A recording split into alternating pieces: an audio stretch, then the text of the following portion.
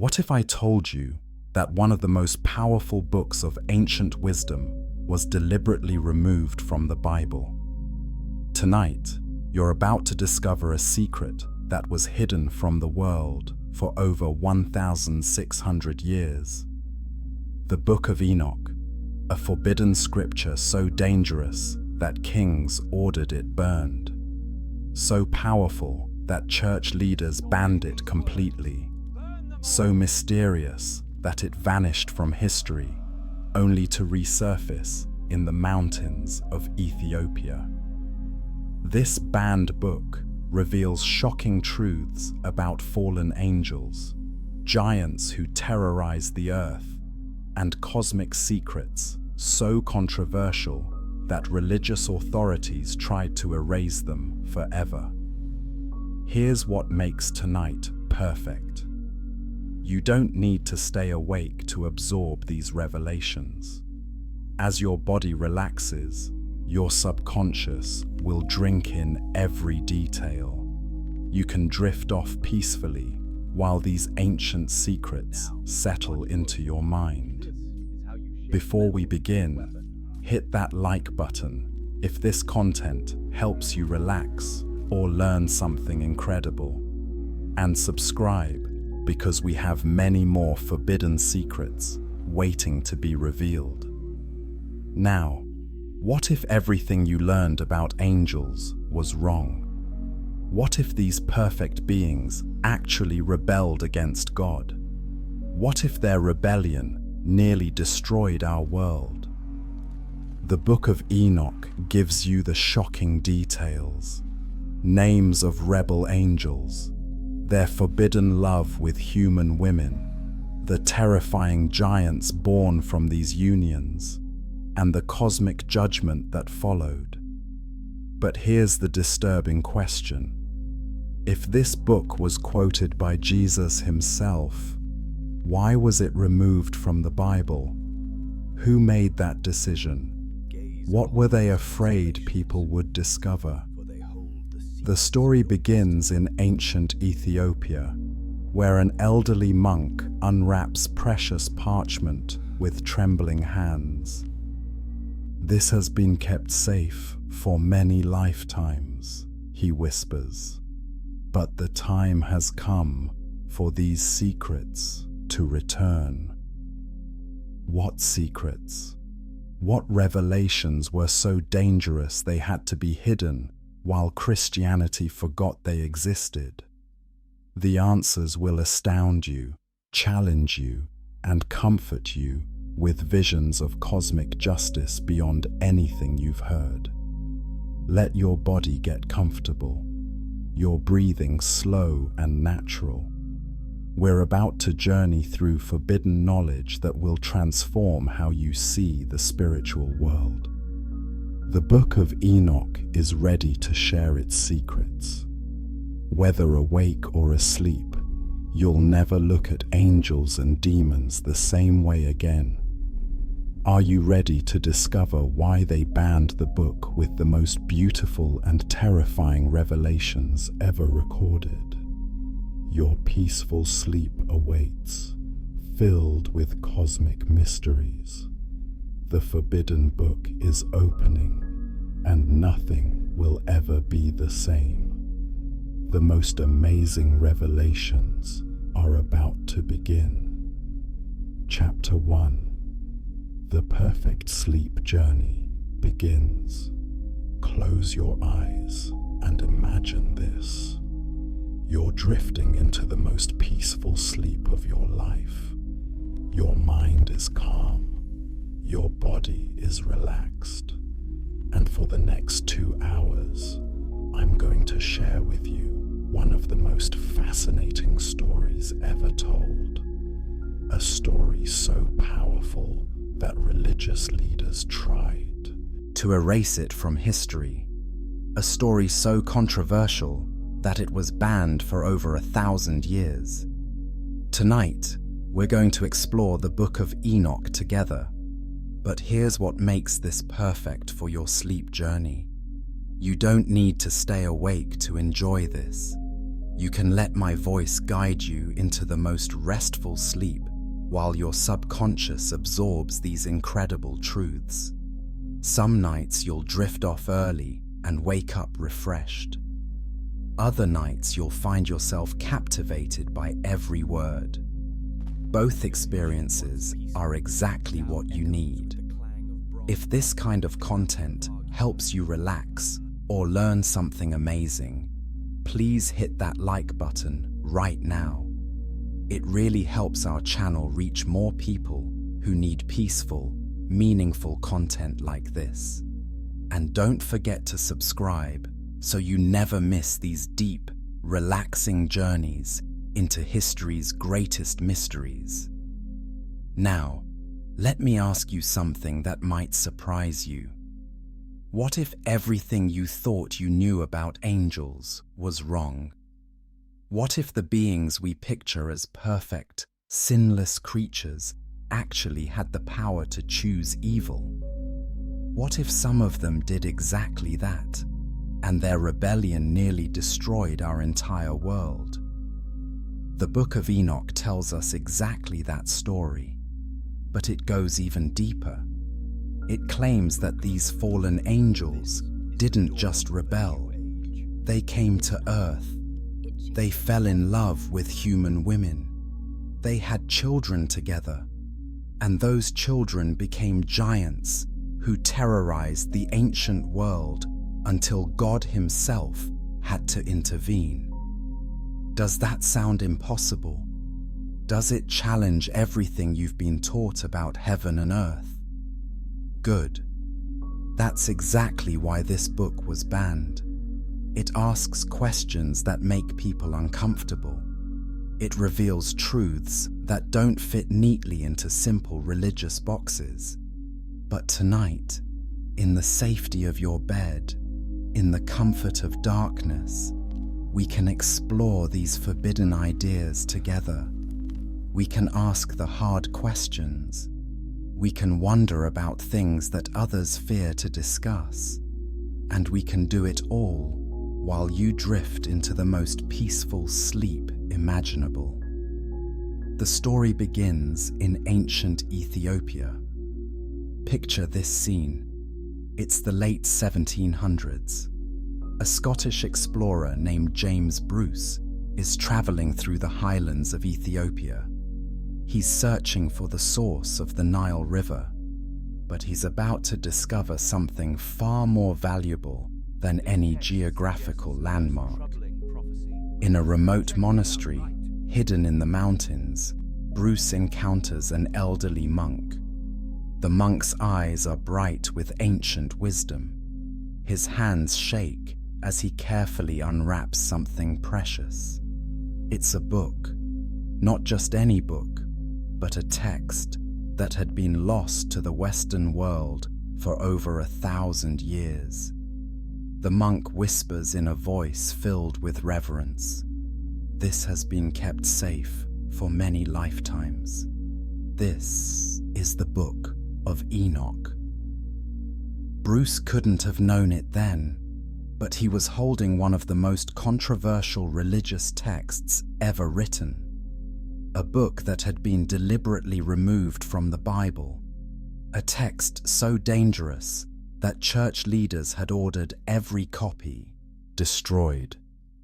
Yet here it was, preserved in the mountains of Ethiopia, waiting for the world to rediscover its secrets. Think about that for a moment.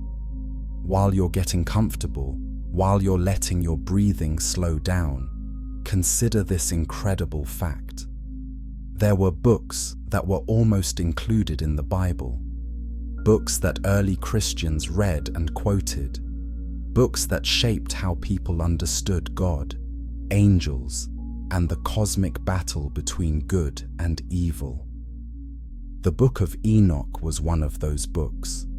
In fact, it was so influential that you can find direct quotes from it in the New Testament. The letter of Jude quotes Enoch by name. Early church fathers like Tertullian defended it as genuine prophecy. For centuries, It was considered just as holy as any other scripture. So what happened? Why was it banned? Why did church leaders work so hard to erase it from history? The answer to that question will keep you intrigued throughout our entire journey tonight. But here's what I want you to know as you settle deeper into comfort. This isn't just a story about an old book. This is a story about power, about control, about who gets to decide what truth looks like. It's about the tension between official doctrine and mystical experience, between institutional authority and personal revelation. As we explore the Book of Enoch together, you're going to hear things that might surprise you.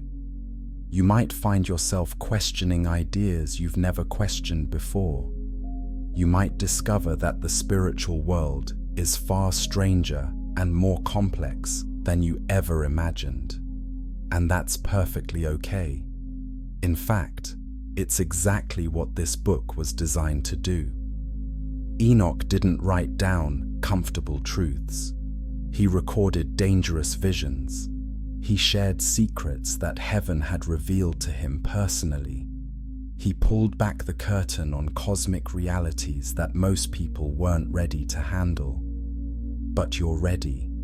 That's why you're here tonight, listening to these words, allowing your mind to expand while your body relaxes into perfect peace.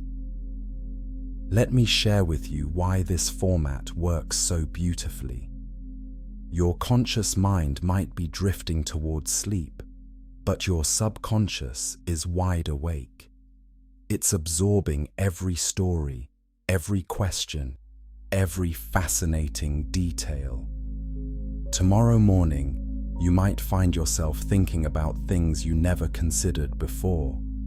You might catch yourself wondering about the nature of angels, or the meaning of ancient texts, or the possibility that there's more to spiritual reality than meets the eye. That's the magic of learning while you sleep. Your mind processes information differently when it's relaxed. Ideas that might seem threatening or confusing during the day become gentle possibilities at night. Questions that might cause anxiety in daylight become peaceful ponderings in darkness. So as we begin this incredible journey together, I want you to know that you're completely safe. You can let go of any need to analyze or judge what you're hearing. You can simply receive these stories like gifts. You can allow them to wash over you like gentle waves. And if you find yourself drifting off to sleep, don't fight it. Let it happen naturally. Your subconscious will keep listening. Your deeper mind will keep learning. And you'll wake up refreshed and somehow enriched by the journey we've taken together. The Book of Enoch is about to change how you see everything. Angels, demons, the flood, prophecy, judgment, and the very nature of good and evil. But it's going to do so gently, peacefully, in the most relaxing way possible. Are you ready to discover why church leaders were so afraid of this book that they tried to destroy every copy? Are you prepared to learn secrets that have been hidden for over 1,000 years? Can you handle truths that might challenge everything you thought you knew about the spiritual world? I believe you can, and I believe this journey is going to be unlike anything you've ever experienced. So let your breathing slow down. Let your muscles relax. Let your mind open to possibilities you've never considered. Because we're about to enter a world where angels fall in love, where giants walk the earth, where humans journey through heaven, and where the boundaries between the divine and the mortal become beautifully mysteriously blurred. The Book of Enoch awaits, and so does the most peaceful, enlightening sleep of your life. Chapter 2: The Book That Shook Heaven's Foundation. As you sink deeper into comfort, let me tell you about a book that terrified religious authorities for centuries. Not because it was evil, but because it revealed truths they weren't ready to share with the world. The Book of Enoch isn't just one story. It's actually 5 separate books bound together, like a cosmic library wrapped in leather. Each book reveals different secrets. Each section pulls back another layer of the veil between heaven and earth, and together they paint a picture of reality that's far more complex and mysterious than most people ever imagined. Think about this as you relax. What if the Bible as we know it today is incomplete? What if there are missing pieces that would change how we understand everything? The Book of Enoch suggests exactly that. It fills in gaps that the canonical scriptures leave open. It answers questions that have puzzled believers for thousands of years. But here's where it gets controversial, and this is perfect material for your drifting mind to consider. The book claims to be written by Enoch himself, the great-grandfather of Noah. You know Enoch from that mysterious verse in Genesis that says he walked with God and he was not, for God took him. But what does that actually mean? According to the Book of Enoch, it means that Enoch was taken alive into heaven, not just for a visit, but for an extensive cosmic tour. He saw things that no human was supposed to see.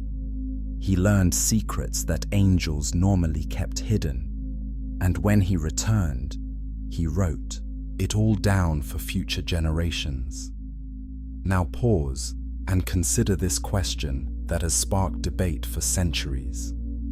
If Enoch really did journey through heaven, if he really did receive divine revelations, then why isn't his book in the Bible? Who made the decision to exclude it? And more importantly, what were they afraid people would discover? If you're finding these questions thought-provoking, you're definitely going to want to like this video and share it with friends who enjoy deep, meaningful discussions. These are the kinds of topics that people love debating in the comments, so make sure you're subscribed so you don't miss any of our fascinating explorations into hidden history. Let's dive deeper into what makes this book so special and so threatening. The first section is called the Book of the Watchers.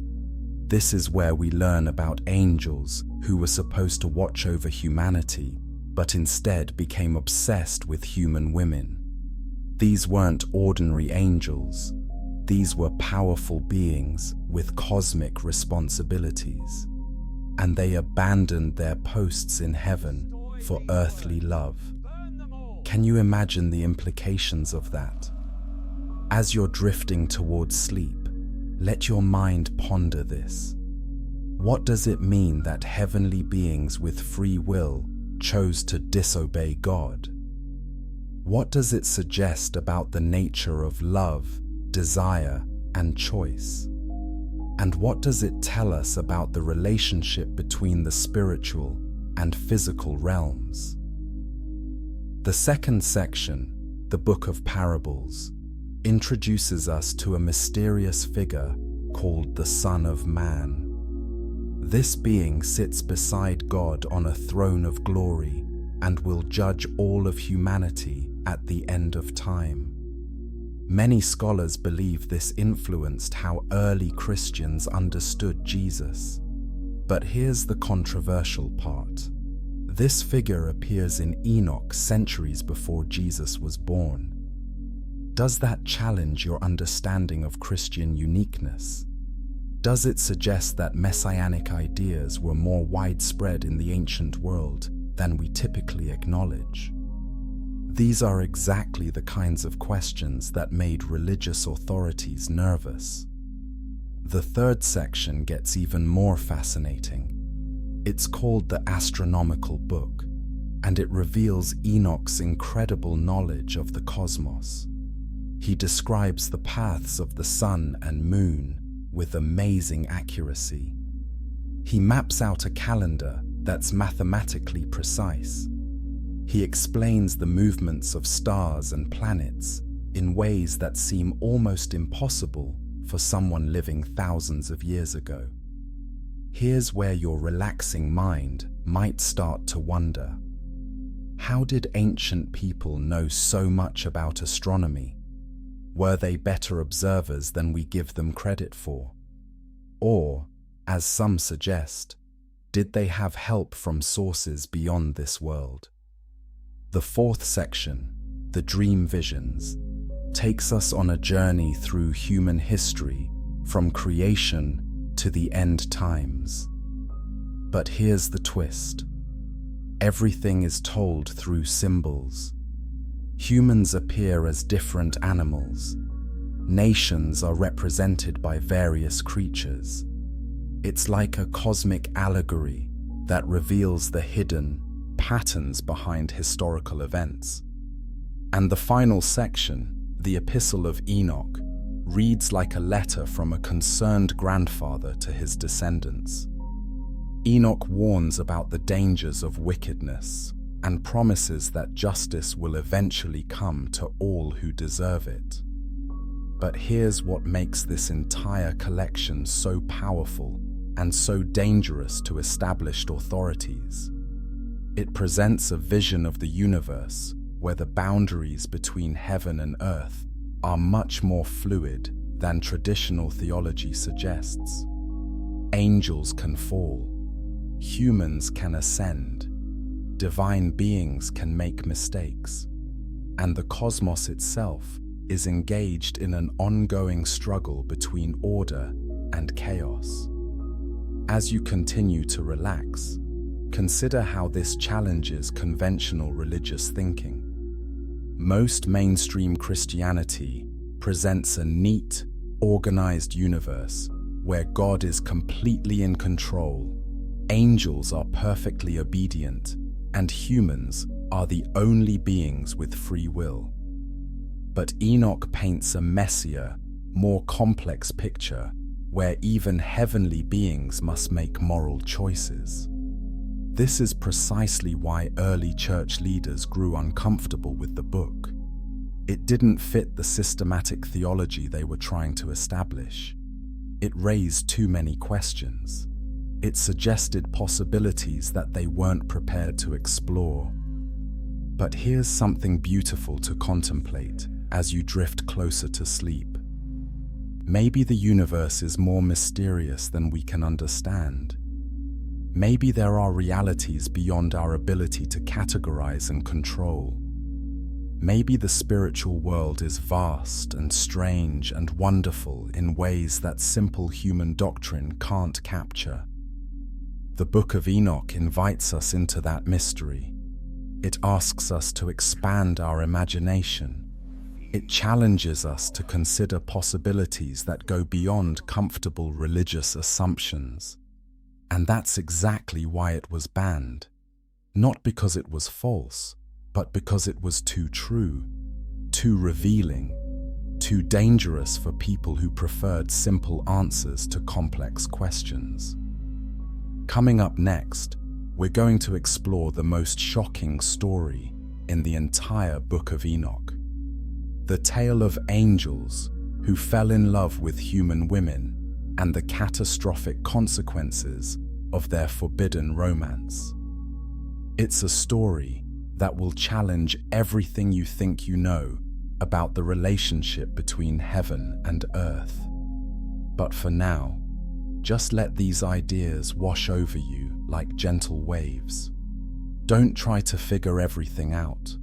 Don't worry about what it all means. Just receive these thoughts like seeds that will bloom in your consciousness when the time is right. The Book of Enoch is opening doorways in your mind that have been closed for far too long. And that's exactly where we want to be as we continue this incredible journey together. Chapter 3: When Angels Fell in Love with Humans. Take a deep breath and prepare for one of the most shocking love stories ever told. This isn't a fairy tale romance. This is a cosmic tragedy that nearly destroyed the world. And it all started with desire. Picture this scene in your relaxing mind. Heaven is perfectly ordered. Angels have their assignments. Everything runs according to divine plan. But then something unexpected happens. 200 angels, beings of pure light and power, look down at Earth and see something that changes everything. They see human women, and they find them beautiful. Now, you might think, so what? What's wrong with finding someone beautiful?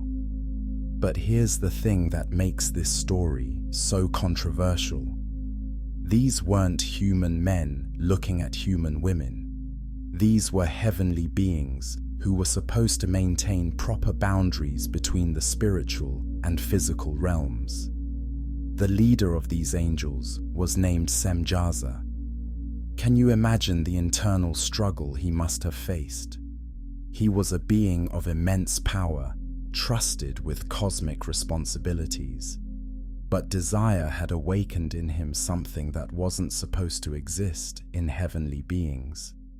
Semjaza gathered his fellow angels and made a proposal that would echo through eternity. "Let's go down to Earth," he said. "Let's take human wives for ourselves." But even in his rebellion, he was afraid. What if the others abandoned him? What if he alone faced God's wrath? So he made them all swear an oath. They bound themselves with curses. They promised that none would back out, that all would share in whatever consequences followed. 200 angels swore this oath on Mount Hermon, and with that oath, they sealed the fate of the ancient world. As you're drifting deeper into relaxation, let your mind ponder this incredible question. What does it mean that angels have free will? If heavenly beings can choose to disobey God, what does that tell us about the nature of choice itself? Are we more like angels than we've been taught to believe? This is exactly the kind of question that made religious authorities uncomfortable. If angels can fall through bad choices, then free will is more dangerous and more precious than simple theology suggests. The angels descended to earth during the days of Jared, Enoch's father. Each chose a human woman. Each took her as wife. And from these unions came children. But not normal children. The offspring of angels and humans were giants called the Nephilim.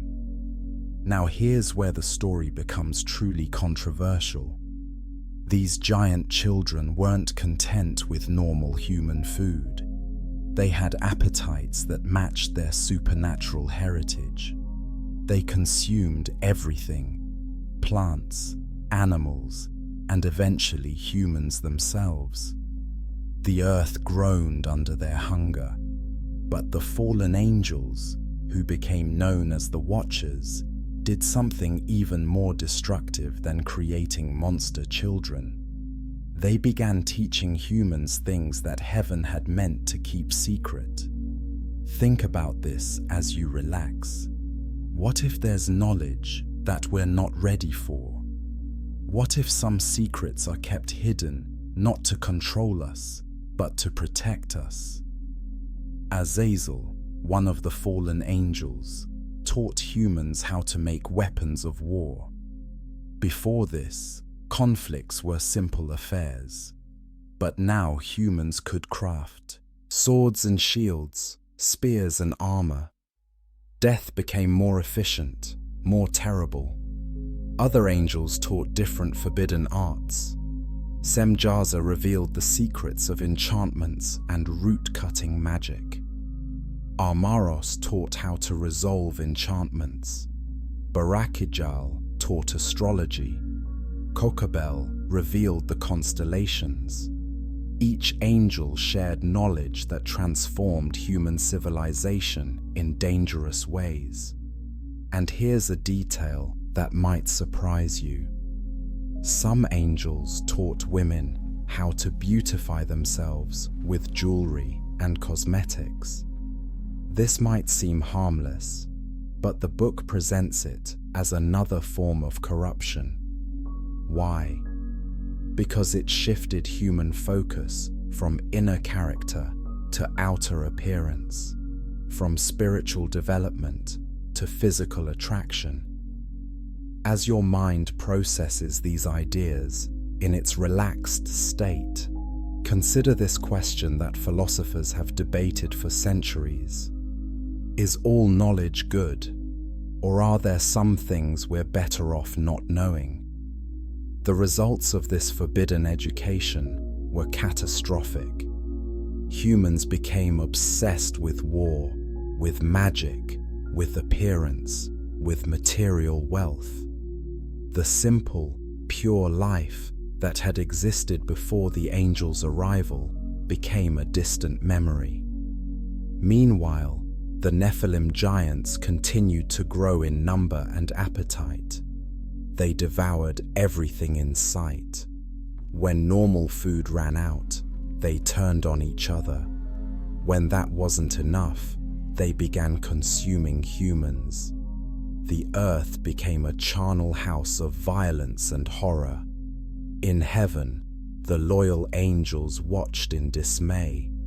Michael, Gabriel, Raphael, and Uriel, the four great archangels, saw what was happening on earth and brought their concerns before God's throne. "Look what Azazel has done," they pleaded. "He has taught all kinds of sin on earth and revealed eternal secrets that were made in heaven. The whole earth is corrupted through his teachings." And here's where we encounter one of the most profound questions in all of theology. If God is all-knowing and all-powerful, why did this rebellion happen? Why were the angels allowed to corrupt the earth? Some suggest it was a test of human nature. Others believe it reveals the necessary risks of free will. Still others think it demonstrates that even in apparent chaos, divine purposes are being fulfilled. What do you think? As you drift towards sleep, let your subconscious mind wrestle with these deep questions. There are no easy answers, and that's exactly what makes them worth contemplating. The cries of suffering humanity reached heaven's throne. The earth itself groaned under the weight of corruption. Something had to be done. The experiment of angel-human interaction had failed catastrophically. But here's what's beautiful about this story, even in its darkness.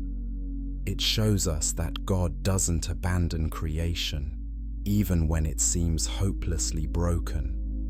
Even when celestial beings themselves have caused the corruption, divine mercy still operates. The loyal angels received their orders. Raphael was commanded to bind Azazel in the desert and cover him with darkness. Michael was told to imprison Semjaza and his followers for 70 generations. Gabriel was sent to destroy the Nephilim by turning them against each other. And Uriel was given the task of warning Noah about the coming flood. Justice was coming, but it would be justice tempered with mercy. The earth would be cleansed, but life would also be preserved. As you continue to relax, consider this beautiful truth.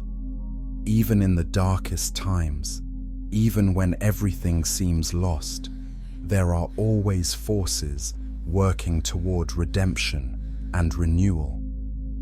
The story of the fallen angels asks us to examine our own desires, our own choices, our own relationship with forbidden knowledge. It challenges us to think about the consequences of our actions, not just for ourselves, but for our entire world. Coming up next, we'll explore what happened to the Nephilim giants and how their story connects to some of the most mysterious passages in the Bible. But for now, just let these incredible ideas settle into your consciousness like seeds in fertile soil. The boundary between heaven and earth is more permeable than we might think. Angels can fall, humans can rise, and love, even forbidden love, can reshape the cosmos itself.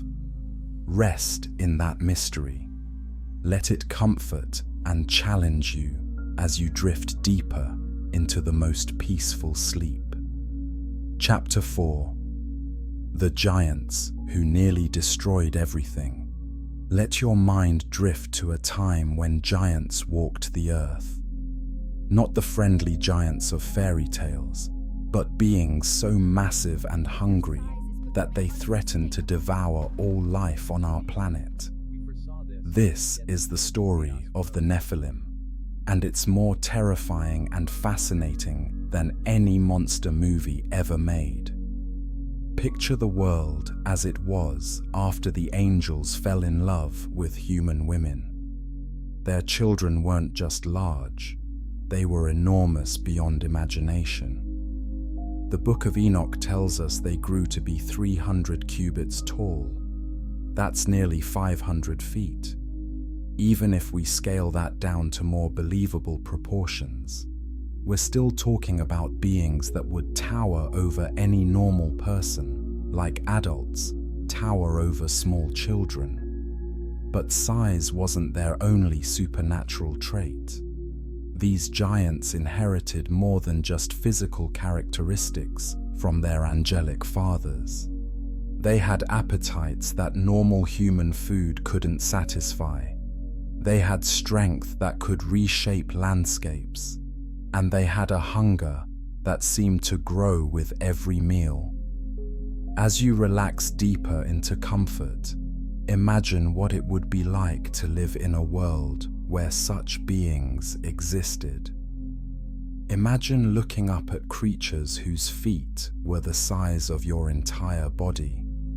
Imagine the ground shaking when they walked, the sky darkening when they gathered together.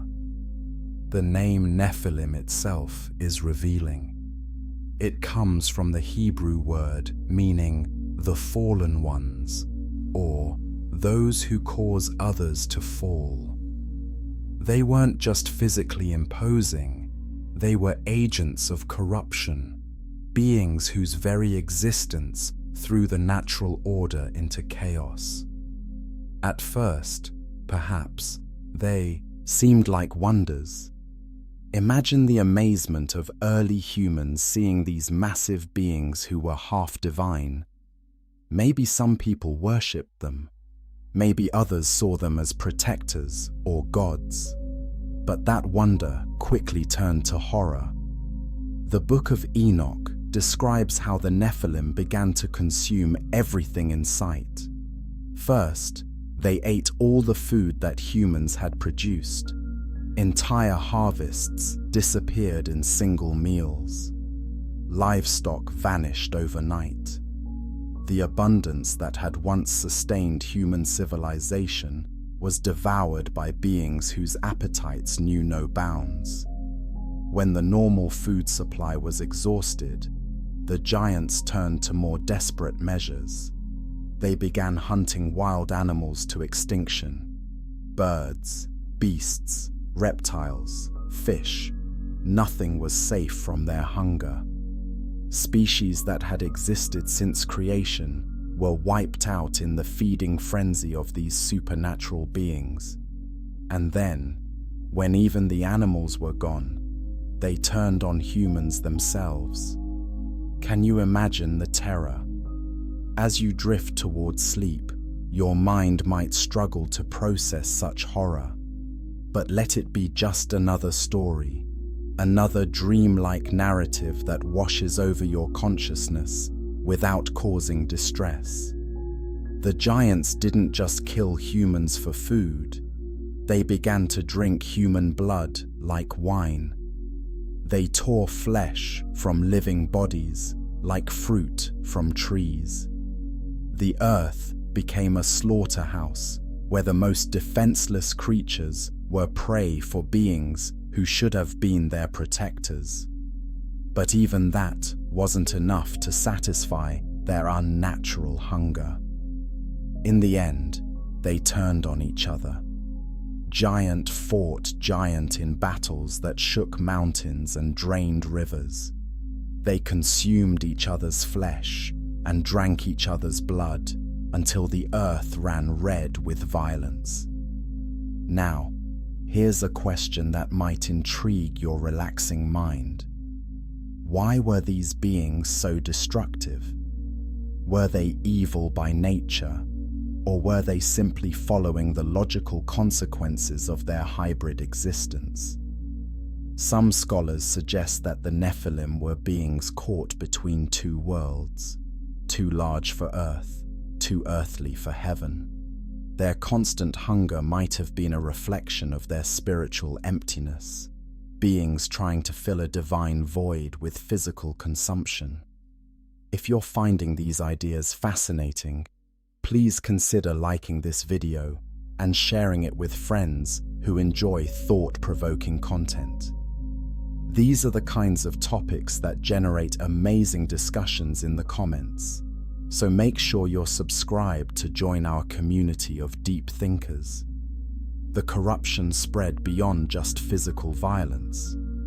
The Book of Enoch tells us that the giants began to sin not just against humans, but against all of creation. They corrupted the natural order, violated the boundaries between species, and introduced chaos into systems that had been perfectly balanced.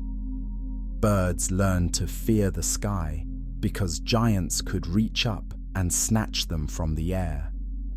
Fish abandoned the shallows because giants would drain entire lakes in their thirst. Animals that had once lived in harmony began to turn on each other, influenced by the violence they witnessed daily. Even the earth itself began to cry out. The text describes how the ground became saturated with blood, how the very soil groaned under the weight of unnatural violence. Creation itself was traumatized by what was happening on its surface. And here's where the story becomes even more intriguing. The Book of Enoch suggests that the giants weren't just physically dangerous, they were spiritually corrupting. Their presence on Earth introduced concepts and practices that humans had never known before. They taught humans new forms of violence, new ways to harm each other. They introduced sexual practices that violated natural boundaries. They showed people how to make weapons more deadly, how to organize armies more efficiently, how to conquer and oppress with greater effectiveness. In essence, the Nephilim became the first teachers of what we might call civilization's dark arts. They were the original corruptors, the beings who showed humanity how to turn its gifts toward destruction rather than creation. But here's a question that might puzzle your drifting mind. If these beings were so destructive, why did God allow them to exist at all? Why didn't divine intervention stop them before they could cause such devastation? Some interpretations suggest that the Nephilim were allowed to flourish as a demonstration of what happens when natural boundaries are violated. Others believe they served as a test of human character.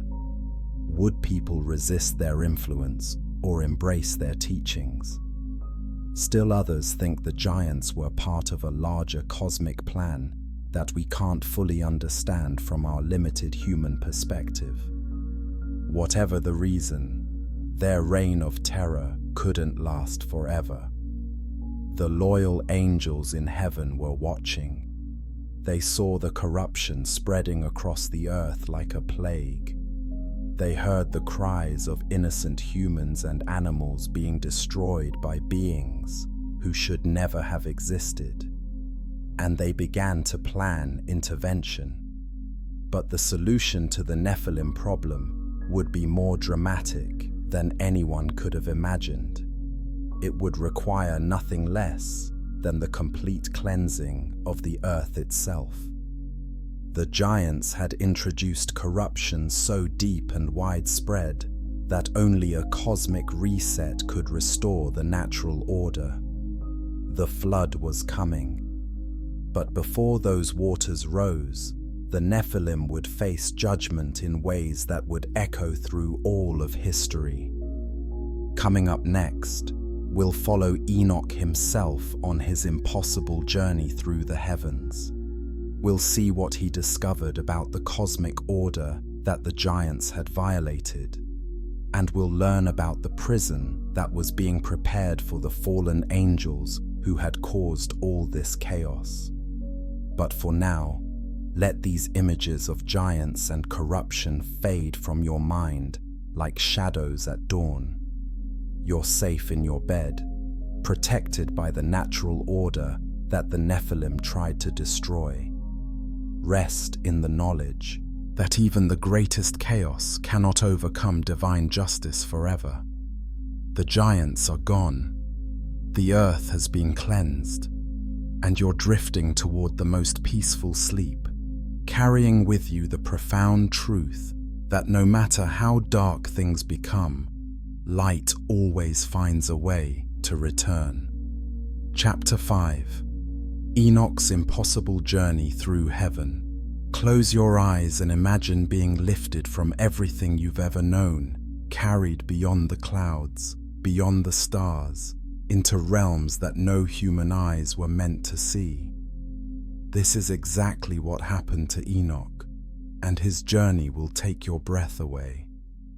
While the world below writhed in chaos from the giants and fallen angels, one man walked a different path. Enoch wasn't a king or a warrior. He wasn't wealthy or powerful. He was simply a man who had learned to listen to the divine voice speaking in the silence of his heart. The text tells us that Enoch walked with God for 300 years. Can you imagine that? 3 centuries of daily choosing to stay close to the divine presence, while everyone around him was falling deeper into corruption and violence. As you settle into deeper relaxation, consider what it might mean to walk with God. Not just believing in God or talking about God, but actually walking in conscious communion with the divine presence moment by moment, day after day, year after year. One night, as Enoch slept, everything changed. 2 beings appeared to him, but they weren't human. They were taller than any man he'd ever seen, their faces shining like the sun, their eyes blazing like burning lamps. Fire seemed to flow from their lips, and their clothing appeared to be made of feathers that gleamed brighter than gold. These were angels, loyal servants of the Most High, and they had come with an impossible mission for this humble scribe. "Fear not, Enoch," they said. their voices like rushing water. "You are a righteous man and a scribe of righteousness. Come with us and carry a message to the watchers of heaven who have abandoned their holy dwelling places." Think about the magnitude of this request. Enoch, a mortal man, was being asked to deliver God's judgment to beings of cosmic power. It would be like asking a child to lecture a panel of world leaders about their failures. But Enoch agreed, and with that agreement, he began a journey that would transform not only his own understanding, but the way humans think about the structure of reality itself. The angels lifted him up, and suddenly, Enoch found himself traveling through spaces that defied all earthly logic. He saw walls built of crystal, surrounded by tongues of fire. He witnessed gates made of pure light. He passed through chambers where the very air sang with divine harmonies. This wasn't a dream or a vision in the ordinary sense. The Book of Enoch presents this as a literal, physical journey through the architecture of heaven itself. As your mind processes this incredible imagery, let yourself wonder about the nature of reality. What if the physical universe we know is just the ground floor of a massive cosmic structure? What if there are dimensions and realms beyond our ability to perceive or imagine? Enoch's first stop was a place of imprisonment. The angels showed him where some of the fallen watchers were already being held. These rebels who had once shone with divine light were now chained in valleys of darkness, surrounded by pillars of fire that burned but gave no illumination. He heard their anguished voices calling out, begging him to intercede for them with God. These beings who had once commanded cosmic forces were now reduced to pleading with a human for mercy. "Write our petition," they begged him. "Speak to the Most High on our behalf. We know we have sinned, but surely there is still hope for forgiveness." Enoch listened to their confession with a heart full of sorrow. These weren't monsters. They were beings who had made terrible choices and were now facing the consequences. But his mission was to deliver judgment, not mercy. From there, the angels guided him deeper into heaven's mysteries. He saw the storehouses where snow and hail waited for their appointed times. He witnessed the chambers where the winds rested between their seasons of service. He observed the gates through which the sun passed as it made its daily journey across the sky. But perhaps most amazing of all, he saw the throne room of God itself. Let your relaxing mind try to picture this scene. Enoch describes a throne made of crystal, surrounded by wheels of fire that turned within wheels. Rivers of flame flowed from beneath the throne, and countless angels stood in perfect order, singing praises that made the very foundations of heaven tremble with joy. And on that throne sat the Ancient of Days, clothed in garments whiter than snow, with hair like pure wool and eyes like flames of fire. This was the source of all existence, the consciousness from which all reality flows, the love that holds every atom in the universe in its proper place. Enoch, this simple human scribe, found himself standing in the very presence of the Creator of all things. Can you imagine the overwhelming awe he must have felt? As you drift towards sleep, let yourself feel just a tiny portion of that wonder. You are part of the same creation that Enoch saw from the ultimate perspective. You are loved by the same divine consciousness that he encountered face to face. If these ideas are stirring something in your heart, please take a moment to like this video and share it with someone who would appreciate this kind of deep, spiritual content. These are the stories that can change how we see ourselves and our place in the cosmos. But Enoch's journey was far from over. The angels took him to see the ends of the earth, where heaven touches the physical world. He saw great mountains that served as pillars holding up the sky. He witnessed the place where all the celestial bodies were born and where they would eventually return. He saw the tree of life, whose fruit would one day heal the nations. He observed the tree of knowledge, whose fruit had brought both wisdom and sorrow to humanity. He learned about cosmic cycles that span millions of years, about the rise and fall of civilizations, about the ultimate purpose toward which all of history is moving. Most remarkably, he was shown the books of heaven, vast libraries where every human deed, every thought, every moment of joy or sorrow was recorded in perfect detail. Nothing was forgotten. Nothing was overlooked. Every life mattered enough to be written down in the cosmic records. And then came the most challenging part of his journey. The angels brought him back to deliver God's response to the fallen watchers. The message was not what they wanted to hear. You should be petitioning for humans, not asking humans to petition for you, Enoch was told to tell them. You have revealed forbidden secrets and corrupted the earth. Your punishment will be imprisonment until the final judgment, and your giant children will be destroyed utterly. There would be no reprieve, no second chance, no softening of the sentence. The cosmic order that they had violated was too fundamental, too precious to compromise. But even in this harsh judgment, there was a deeper mercy. The corruption would be removed. The earth would be cleansed.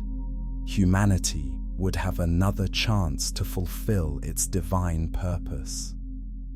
When Enoch returned from his heavenly journey, he was no longer just a man. He had become a bridge between worlds, a messenger carrying divine truth back to a world that desperately needed to hear it.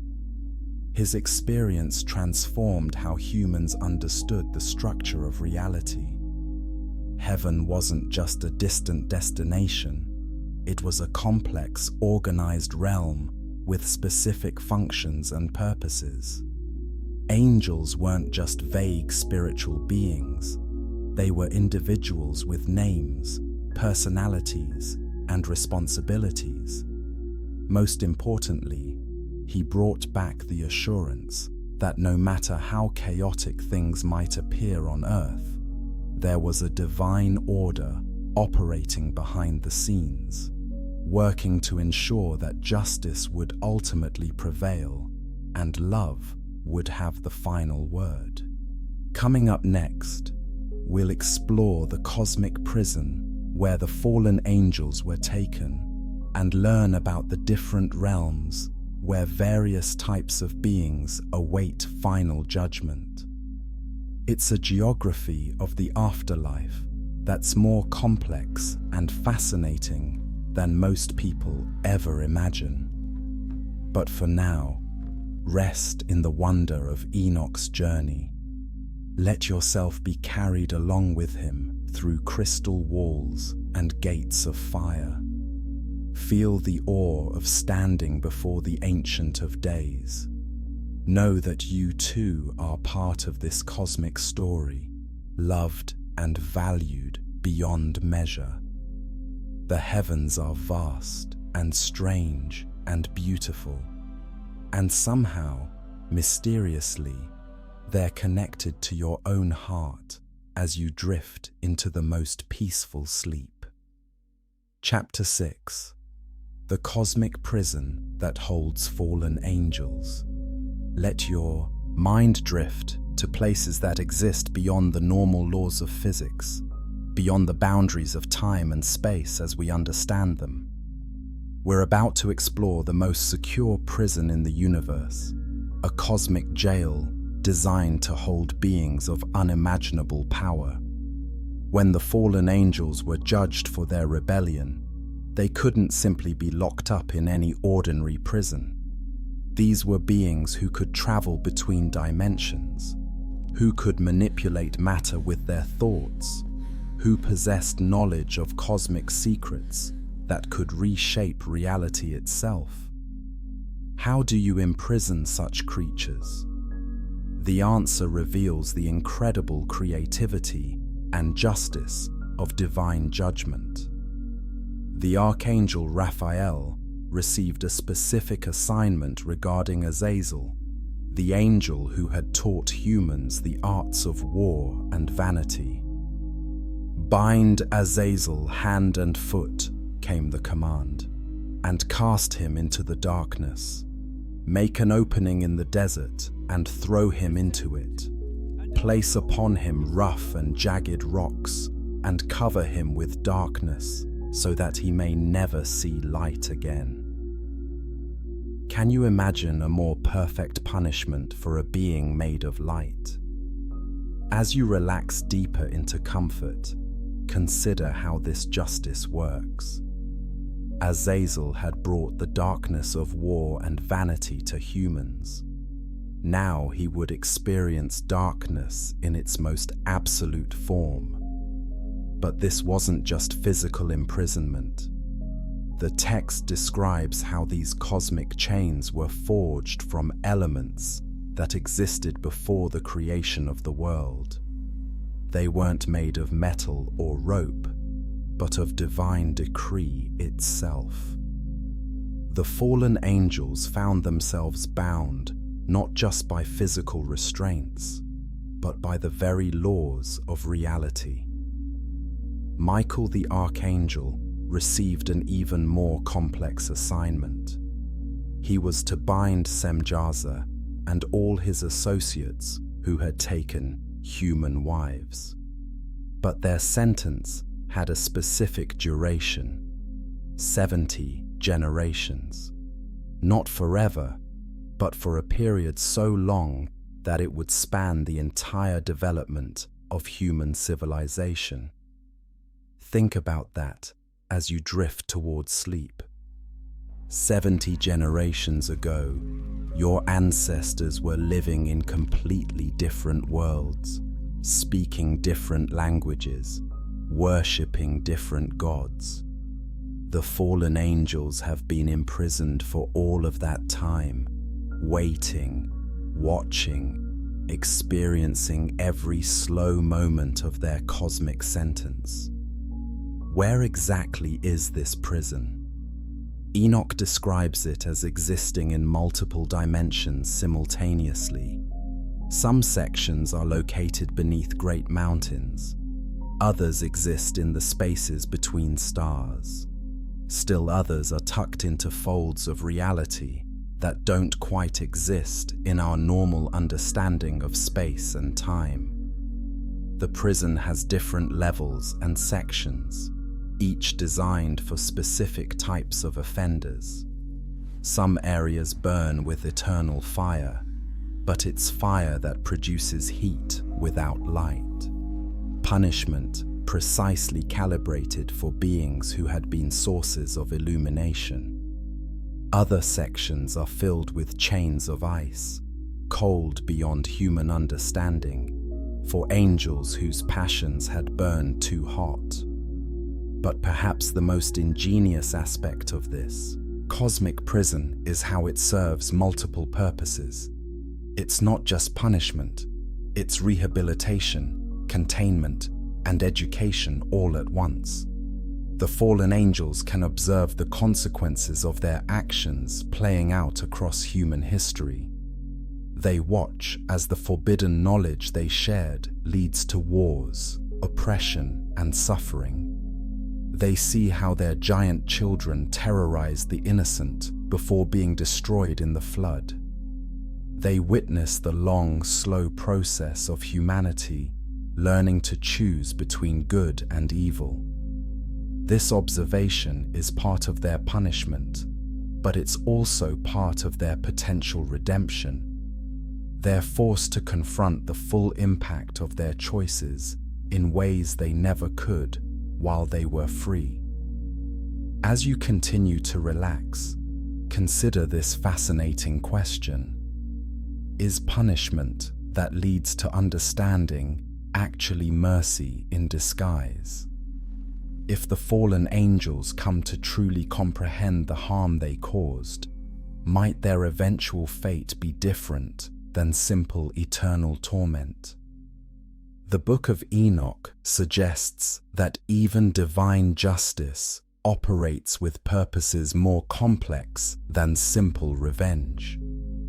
If you're finding these ideas about cosmic justice intriguing, please take a moment to like this video and share it with others who enjoy deep philosophical discussions. These are exactly the kinds of topics that can generate fascinating conversations in the comments. But the cosmic prison doesn't just hold the original fallen angels. It also contains the spirits of their giant children, the Nephilim, who were destroyed in the flood. These disembodied entities exist in a different section of the prison, experiencing a different type of confinement. Unlike their angelic fathers, the spirits of the giants are restless, constantly seeking to influence events on Earth. They can't physically manifest, but they can whisper suggestions to susceptible humans. They can amplify existing tendencies toward violence, greed, and corruption. This is where the Book of Enoch provides an origin story for what later traditions would call demons, not fallen angels themselves, but the troubled spirits of beings who should never have existed in the first place. The prison has guards, of course, loyal angels whose responsibility it is to maintain the boundaries of confinement. These guards aren't just jailers, they're healers, working to repair the damage that the rebellion caused to the fabric of reality itself. Their presence suggests that even in punishment, there's an element of care. The fallen angels aren't simply abandoned to their fate. They're held in a structure designed and maintained by beings who understand both justice and mercy. One of the most intriguing aspects of this cosmic prison is how it exists partially outside of time. The 70 generations of imprisonment aren't just a countdown to release. They're an opportunity for growth and understanding that operates according to different laws than our normal experience of time. A single moment of genuine remorse and understanding might accomplish more healing than centuries of simple waiting. Conversely, persistent rebellion and resentment might make even the longest imprisonment feel like an instant. The prison also serves as a kind of cosmic quarantine. The rebellion of the angels had introduced chaos into the ordered universe. By containing the rebels, the damage they could cause was limited, allowing the rest of creation to heal and develop according to divine plan. But here's where the story becomes even more interesting. The Book of Enoch suggests that this imprisonment isn't permanent for all the rebels. Some will be released after their sentences are complete. Others will face final judgment and ultimate punishment. Still others might find paths to redemption that we can't currently understand. The cosmic prison reveals a universe where justice operates on scales and timelines that dwarf human understanding. It's a place where the consequences of choices echo across millennia, where punishment and mercy interweave in ways that serve purposes greater than simple retribution. As you drift deeper towards sleep, let yourself be comforted by this vision of cosmic justice. No evil action goes unpunished. No innocent suffering goes unnoticed. And even the most terrible rebellions serve, ultimately, the purposes of love and wisdom. The fallen angels sit in their cosmic prison, contemplating the weight of their choices. But their imprisonment also protects the rest of creation from further corruption, allowing goodness to flourish and develop according to divine intention. Coming up next, we'll explore why early church leaders were so terrified of these ideas that they banned the Book of Enoch entirely. We'll discover what they were afraid people would learn and how their fears shaped the development of Christian doctrine for centuries. But for now, rest in the knowledge that the universe operates according to principles of justice that are both terrible and beautiful. The cosmic prison exists to serve the greater purposes of love, and even the most powerful rebels cannot ultimately thwart the divine plan. Sleep peacefully, knowing that cosmic justice watches over all things, and that even in the darkest rebellions, seeds of eventual redemption might still be growing. Chapter 7. Why church leaders banned this book. Forever settle deeper into relaxation as we explore one of history's most fascinating cover-ups. Not a conspiracy by shadowy figures, but a deliberate decision by religious leaders who believed they were protecting people from dangerous ideas. The banning of the Book of Enoch reveals as much about human nature as it does about divine revelation. Picture a meeting of early church bishops in the 4th century. These weren't evil men trying to hide truth from the world. They were sincere leaders facing an impossible task: how to create unity and stability in a rapidly growing religious movement that was attracting people from vastly different backgrounds and beliefs. The Book of Enoch presented them with several serious problems. First, it was incredibly popular among early Christians. People loved its vivid imagery, its detailed descriptions of heaven and hell, its dramatic stories of angels and demons. Some groups considered it just as authoritative as any other scripture. But popularity created its own problems. If the Book of Enoch was accepted as genuine scripture, then everything it taught would need to be incorporated into official Christian doctrine. And that's where things got complicated. The book's teaching about fallen angels was particularly troublesome. It suggested that heavenly beings could make independent moral choices, that some had chosen rebellion, and that their rebellion had catastrophic consequences for all of creation. This raised uncomfortable questions. If angels could fall through bad choices, what did that say about the nature of divine authority? If even heavenly beings weren't perfectly obedient, how could church leaders expect perfect obedience from human believers?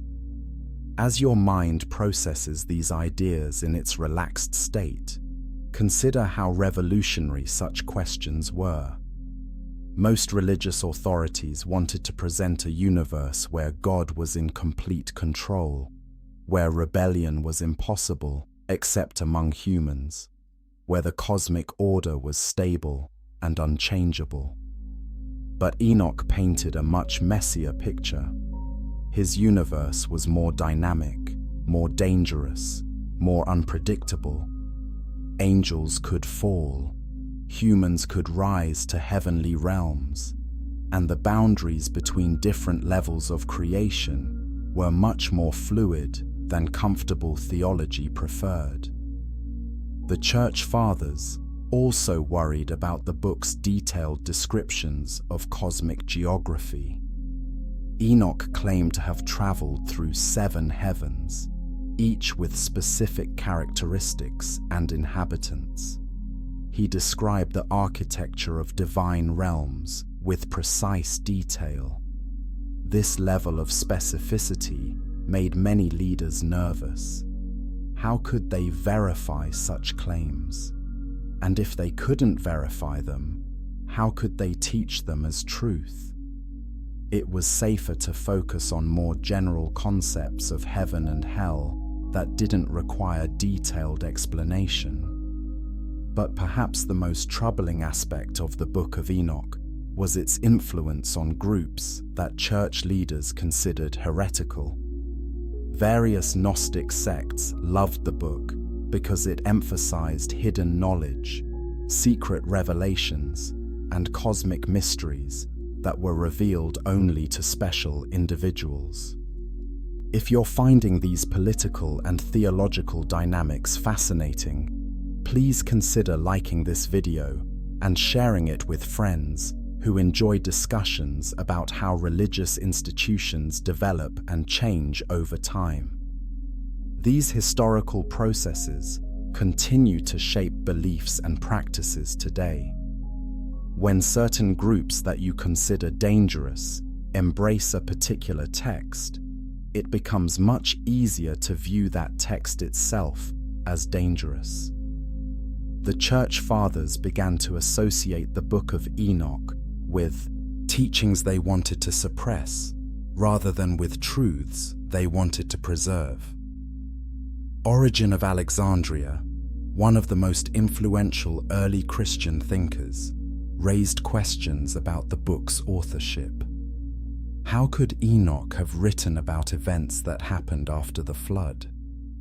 If Noah's family was the only human survivors, how did Enoch's writings survive the destruction?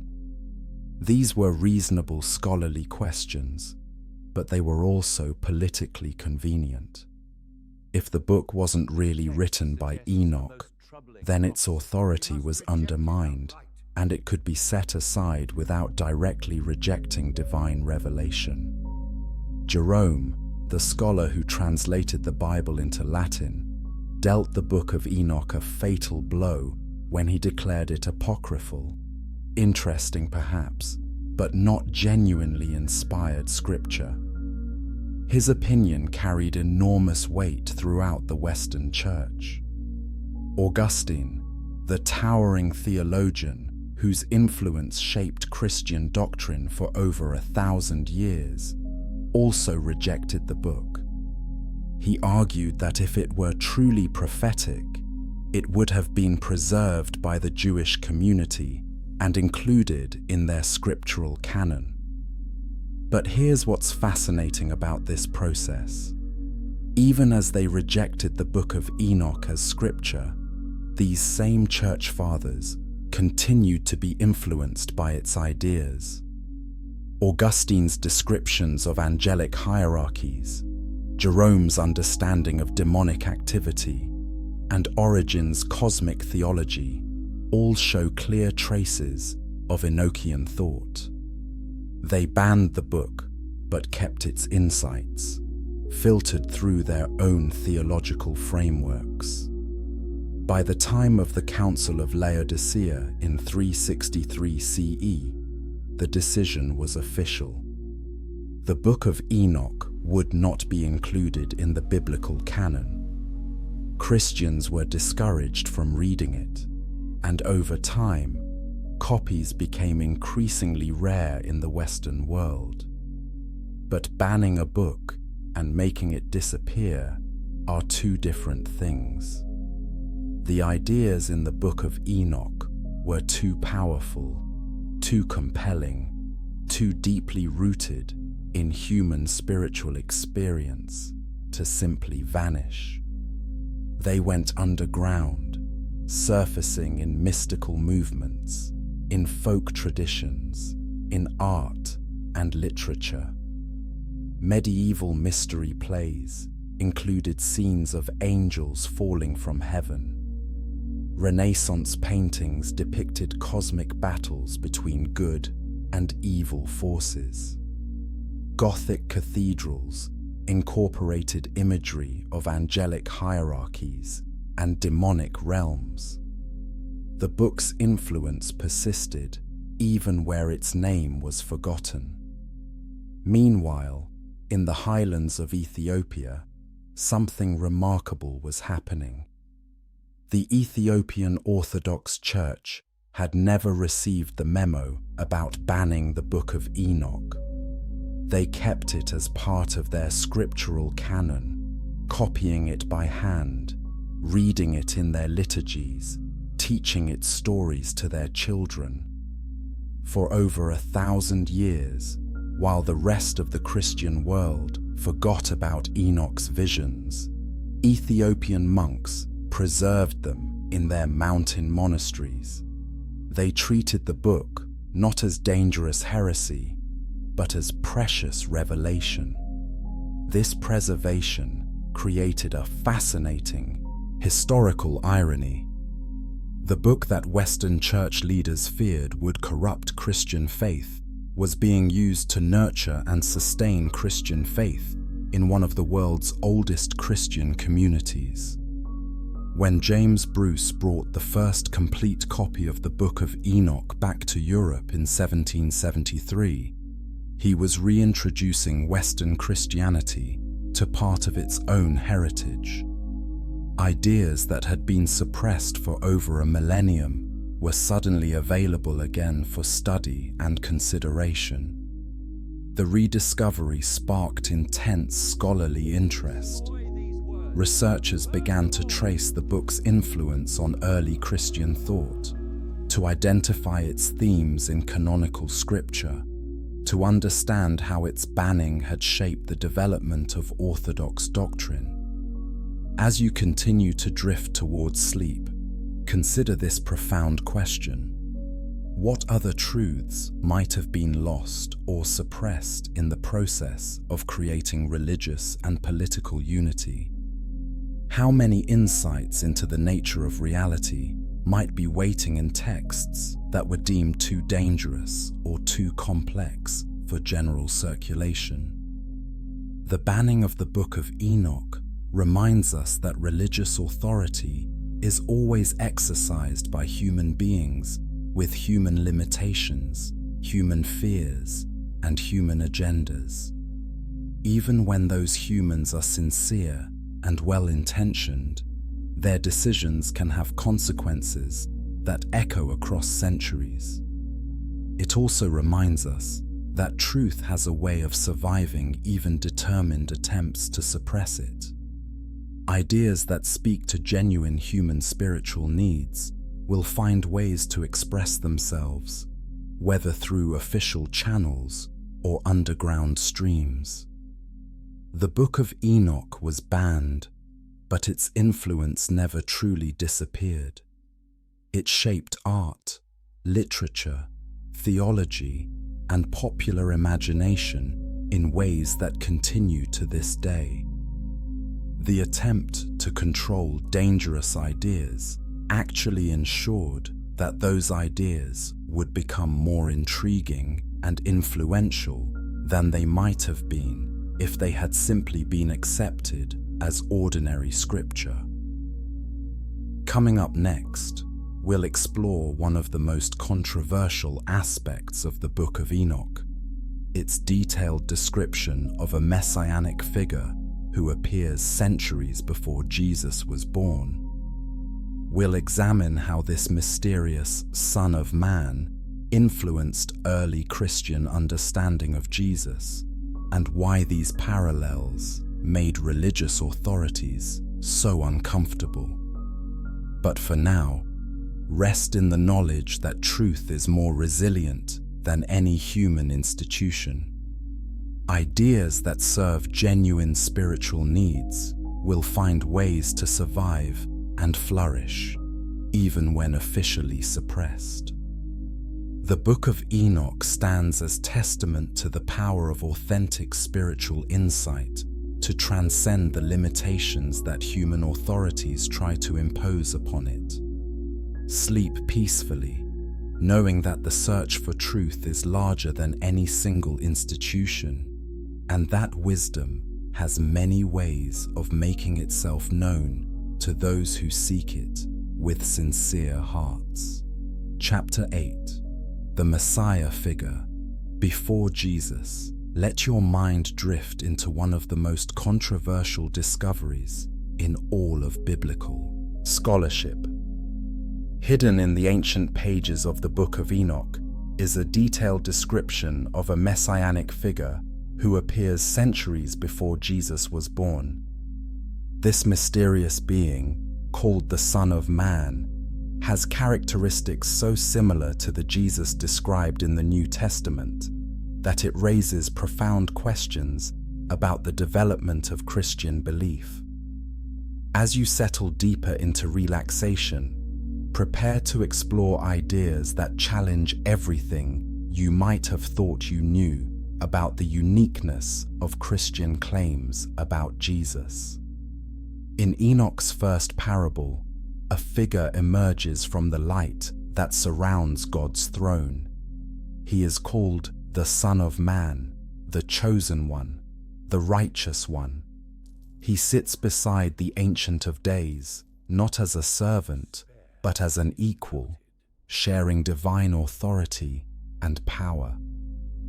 His face was full of grace, like one of the holy angels, Enoch writes. Yet this being is no ordinary angel. This figure judges angels themselves, weighs the deeds of both celestial and earthly beings, and possesses authority that extends throughout the entire cosmos. Here's where it gets fascinating and controversial. This Son of Man, described by Enoch, has several characteristics that early Christians would later attribute exclusively to Jesus. First, he exists before the creation of the world. Before the sun and the stars were made, Enoch tells us, his name was named before the Lord of Spirits. This pre-existence is exactly what the Gospel of John claims about Jesus when it says, "In the beginning was the Word, and the Word was with God." Second, he serves as judge of all humanity. This Son of Man, whom you have seen, shall raise up the kings and the mighty from their seats, Enoch writes. He shall loosen the reins of the strong and break the teeth of the sinners. This role as cosmic judge mirrors what Jesus claims about himself in the Gospels. Third, he resurrects the dead and rewards the righteous. The earth shall give up those who dwell in it, and Sheol shall give up those who owe to it, Enoch declares. The Son of Man presides over a general resurrection where the faithful receive eternal life. Again, this parallels central Christian teachings about Jesus. As your relaxing mind considers these parallels, you might wonder, did early Christians borrow ideas from the Book of Enoch when they developed their understanding of Jesus? Or did both texts independently receive revelations about the same divine figure? This question has puzzled scholars for generations, and the answer you accept has profound implications for how you understand the development of Christian doctrine. Some scholars argue that the Book of Enoch provided a template that early Christians used to interpret their experiences with Jesus. In this view, concepts like pre-existence, cosmic judgment, and resurrection of the dead were already part of Jewish expectation, and Jesus was understood within this existing framework. Other scholars maintain that both Enoch and the New Testament writers were describing genuine prophetic visions of the same divine figure, revealed to different people at different times, but maintaining consistent characteristics across centuries. If you're finding these questions intellectually stimulating, please take a moment to like this video and share it with others who enjoy exploring the complex relationships between different religious texts. These are exactly the kinds of discussions that can deepen our understanding of how spiritual traditions develop and influence each other. The similarities become even more striking when we examine specific details. Enoch's son of man is described as possessing all righteousness, exactly the phrase that Matthew's Gospel uses to describe Jesus. Both figures are said to possess divine wisdom from before the foundation of the world. Both are presented as the final arbiters of human destiny. But there are also intriguing differences. Enoch's son of man is clearly distinct from God the Father, sitting beside the Ancient of Days, rather than being identified with him. This matches the Christian understanding of Jesus as the Son of God, distinct from but equal to the Father. However, Enoch's figure seems more cosmic and less human than the Jesus of the Gospels. There's no mention of being born of a woman, of living an earthly life, of suffering and dying for human sins. The Son of Man in Enoch is primarily a figure of power and judgment, rather than sacrifice and redemption. This raises another fascinating question for your contemplating mind. Could the Book of Enoch be describing the second coming of Jesus rather than his first earthly ministry? Many of the characteristics, cosmic authority, judgment of all humanity, resurrection of the dead, match what Christians expect from Jesus' return rather than his historical life. Early Christian writers certainly saw connections between Enoch's son of man and Jesus. The Epistle of Jude quotes directly from the Book of Enoch, treating it as genuine prophecy about Christ's coming judgment. Early church fathers like Tertullian argued that Enoch had received prophetic visions of Jesus centuries before the incarnation. But this is precisely what made later church authorities nervous. If Enoch really had received detailed revelations about the Messiah, then his book deserved a place in the biblical canon alongside other prophetic writings. But accepting Enoch as genuine prophecy would mean accepting all of his strange claims about fallen angels, cosmic journeys, and the complex structure of heaven. Church leaders faced a difficult choice. They could accept the Book of Enoch as authentic prophecy, which would validate its messianic passages, but require them to embrace all of its other controversial teachings. Or they could reject it as non-canonical, which would eliminate the problematic elements, but also remove what appeared to be genuine prophetic material about Christ. They chose rejection, but the decision came at a cost. By excluding the Book of Enoch from the biblical canon, they lost access to detailed prophetic descriptions of the Messiah that might have enriched Christian understanding of Jesus' identity and mission. This decision also created an interesting historical puzzle. If the Book of Enoch contains false prophecies, why do its descriptions of the Son of Man match Christian beliefs about Jesus so closely? Coincidence seems unlikely given the specific nature of the parallels. But if the book contains genuine prophecies, why were church leaders so eager to suppress it?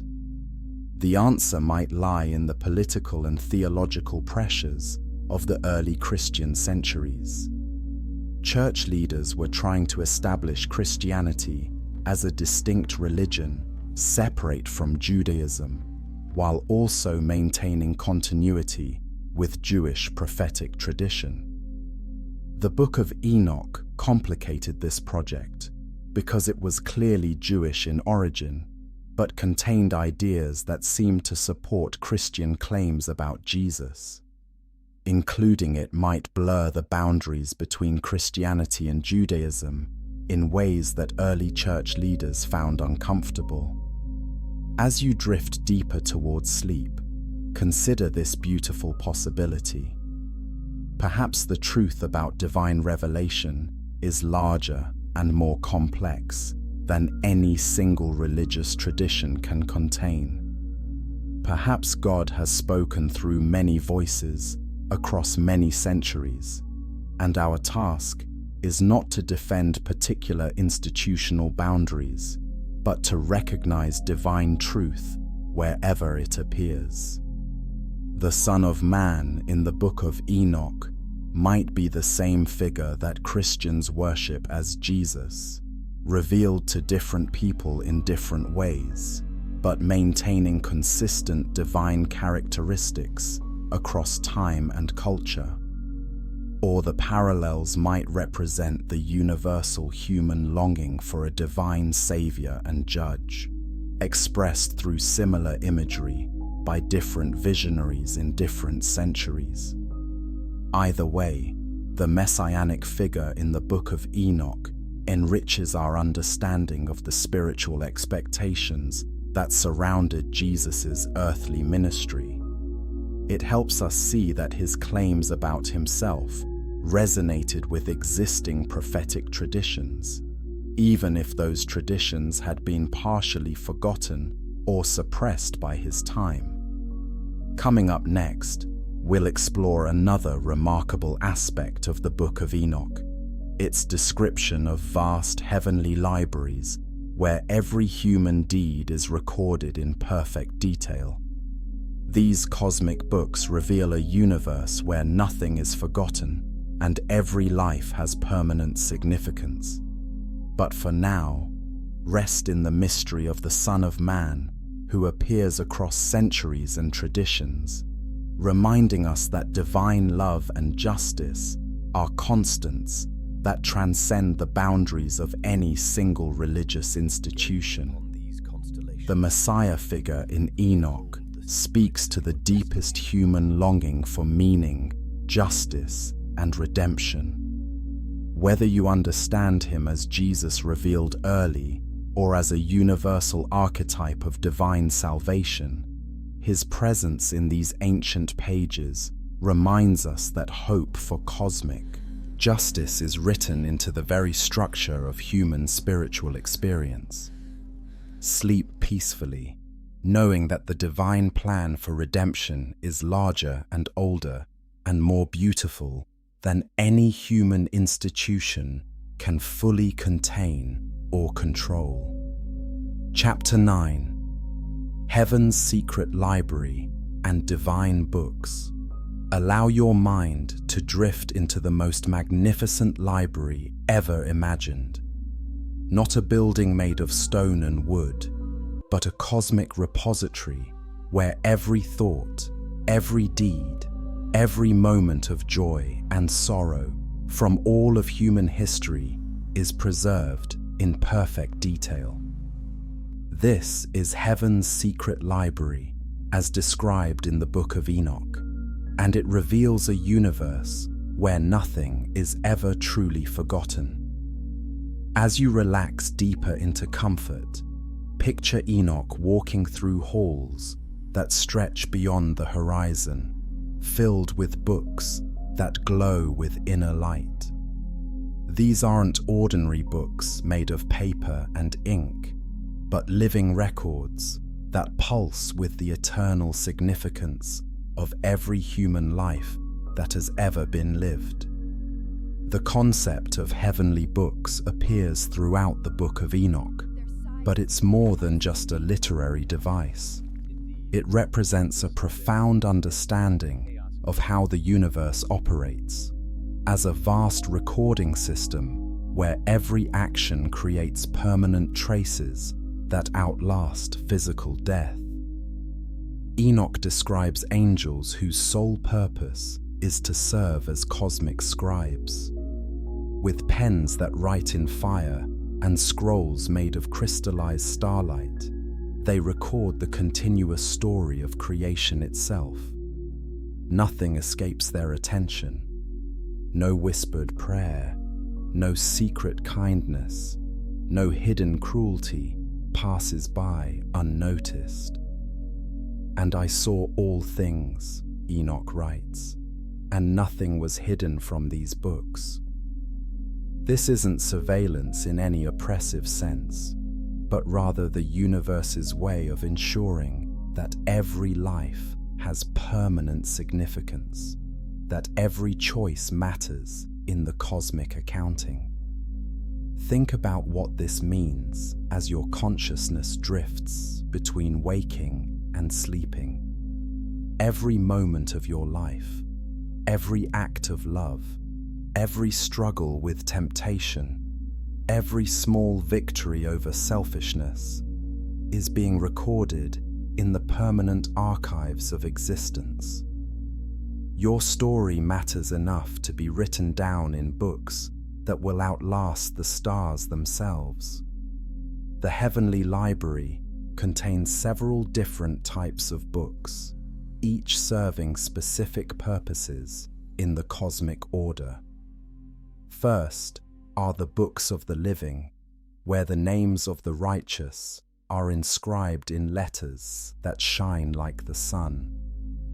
These books ensure that no good person is ever forgotten, no matter how humble their earthly circumstances might have been. Then there are the books of deeds, containing detailed records of every action taken by every human being. These books don't just record what people did, but why they did it, what they were thinking and feeling, what circumstances influenced their choices. The divine accounting system is far more sophisticated than any human court could ever be. The books of words contain every statement ever made, not just public speeches and formal declarations, but private conversations, whispered confessions, silent prayers that were never spoken aloud.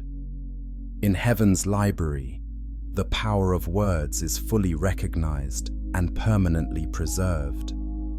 Perhaps most intriguingly, there are books of the future, containing detailed accounts of events that haven't happened yet. These prophetic volumes reveal the ultimate destinations toward which all of history is moving, the final resolution of every conflict, the eventual healing of every wound. As you consider these ideas, you might wonder about the relationship between divine foreknowledge and human free will. If the future is already written in heavenly books, do our choices really matter? The Book of Enoch suggests a more complex relationship.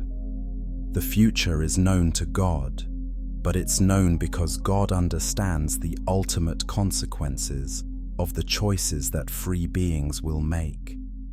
The books don't eliminate freedom. They reveal where freedom will ultimately lead. If you're finding these concepts thought-provoking, please consider liking this video and sharing it with friends who enjoy exploring deep questions about fate, free will, and the meaning of human existence. These are the kinds of topics that can generate fascinating discussions about the nature of reality itself. One of the most beautiful aspects of Heaven's library is how it preserves stories that earthly history has forgotten.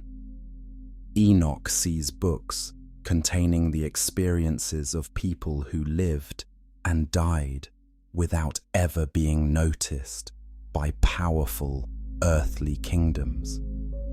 Peasants and slaves, children who died young, individuals whose names never appeared in any earthly record. All of their stories are carefully preserved in the cosmic archives. This suggests a universe where true significance is measured very differently than earthly importance. The books of heaven value character over achievement, love over power, faithfulness over fame.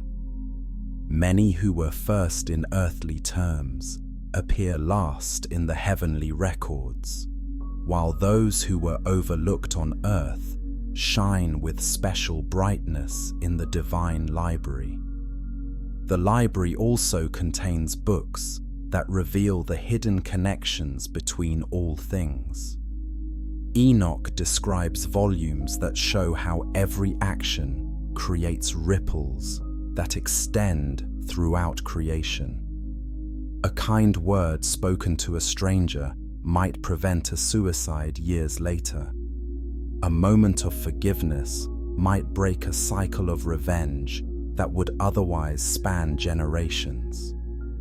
These books of connection reveal why the universe takes such careful note of human behavior.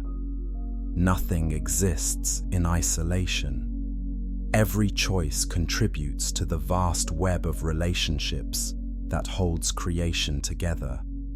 The cosmic library ensures that these connections are never lost or forgotten. But perhaps the most remarkable aspect of Heaven's library is that it isn't just a passive recording system. The books themselves are alive, responsive to the ongoing development of the stories they contain. When someone makes a genuine act of repentance, the books reflect that change. When love grows stronger or wisdom develops, the records are updated in real time. This dynamic quality of the heavenly books suggests that human stories aren't fixed or predetermined. They're ongoing narratives that continue to develop even after physical death. The cosmic library doesn't just preserve the past, it participates in the ongoing creation of meaning and significance. Enoch himself becomes part of this divine recording system. The angels hand him a pen of fire and commission him to write down the visions he has received. Sit and write all the souls of mankind, they command him, however many of them are born, and the places prepared for them to eternity. This moment transforms Enoch from a reader of heavenly books into a contributor to them.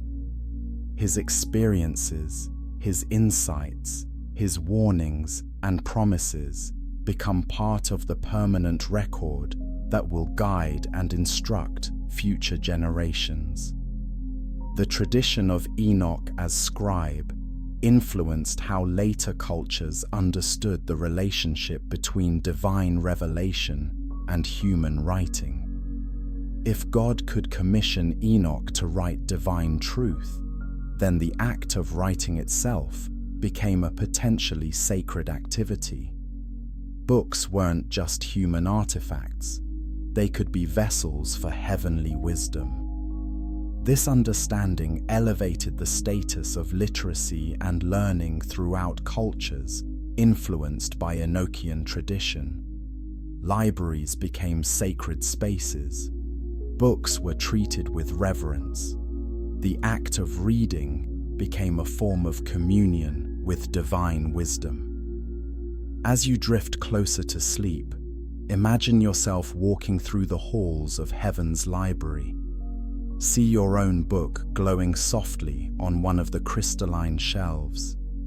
Know that every day of your life adds new pages to that book. Every choice writes new chapters in your eternal story. The library reveals a universe where every life has permanent value, where every story contributes to the greater narrative of creation itself. Nothing is lost, nothing is wasted, nothing is forgotten. The books of heaven ensure that the true significance of every human experience is preserved forever.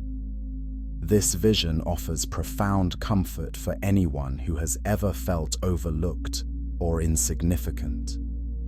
In heaven's accounting, there are no minor characters, no unimportant lives, no stories that don't matter. Every book in the cosmic library represents a unique and irreplaceable contribution to the ongoing creation of meaning and beauty in the universe. Coming up next, we'll explore the Book of Enoch's dramatic vision of final judgment, where all these heavenly books are opened and every secret is revealed. It's a scene that has influenced how countless people imagine the ultimate resolution of justice and mercy. But for now, rest in the knowledge that your story matters enough to be written in books of eternal significance. Your life is contributing pages to the cosmic library that will enlighten and inspire beings throughout the ages to come. Sleep peacefully, knowing that nothing you do in love is ever lost, and that the universe itself is keeping careful account of every moment when you choose light over darkness, hope over despair, kindness over cruelty. Chapter 10. The Final Judgment That Awaits Everyone. Let your consciousness drift toward the ultimate horizon of existence, where all stories converge and all questions find their final answers. The Book of Enoch paints one of the most detailed and dramatic pictures of final judgment ever recorded, and it's both terrifying and beautiful in ways that will reshape how you think about the ultimate meaning of life. As you settle into deeper relaxation, imagine a moment when time itself comes to an end. Not gradually, not through the slow heat death of the universe, but suddenly, definitively, as divine authority steps into history for the final time. The scene opens with the Ancient of Days taking his seat on a throne that blazes with fire more brilliant than 1,000 suns. This isn't metaphorical fire, but the essential energy from which all existence flows. Rivers of flame pour from beneath the throne, and the very foundations of heaven tremble with the power being unleashed. Around the throne stand innumerable angels, not thousands or millions, but numbers that overwhelm human counting. Thousands served him, and 10,000 times 10,000 stood before him, Enoch writes, trying to convey magnitude that defies description. But here's what makes this scene so different from other ancient depictions of divine judgment. This isn't an angry God destroying enemies, but a loving Father finally setting right all the wrongs that have accumulated across the centuries of human existence. The judgment begins with the opening of books. Not just one book, but countless volumes from heaven's great library. Every human life, every choice, every secret motivation is laid bare in perfect detail. Nothing remains hidden because nothing can remain hidden in the presence of absolute truth. But Enoch's vision reveals something that might surprise you. The judgment isn't primarily about punishment, it's about revelation.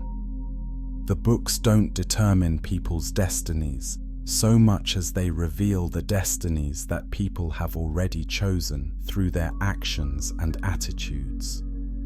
Those who have lived in harmony with love, justice, and truth discover that they've been preparing themselves for heavenly existence all along.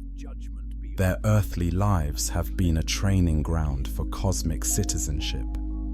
The judgment simply confirms what their choices have already established.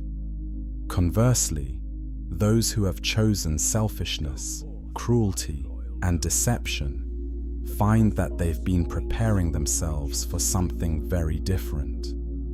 The judgment doesn't impose punishment on them. It reveals the natural consequences of the paths they've consistently chosen. As your mind processes these ideas in its relaxed state, consider how different this is from popular images of judgment as arbitrary, divine wrath. Enoch presents a universe where justice flows naturally from the choices beings make, where consequences are inherent in actions rather than imposed from outside.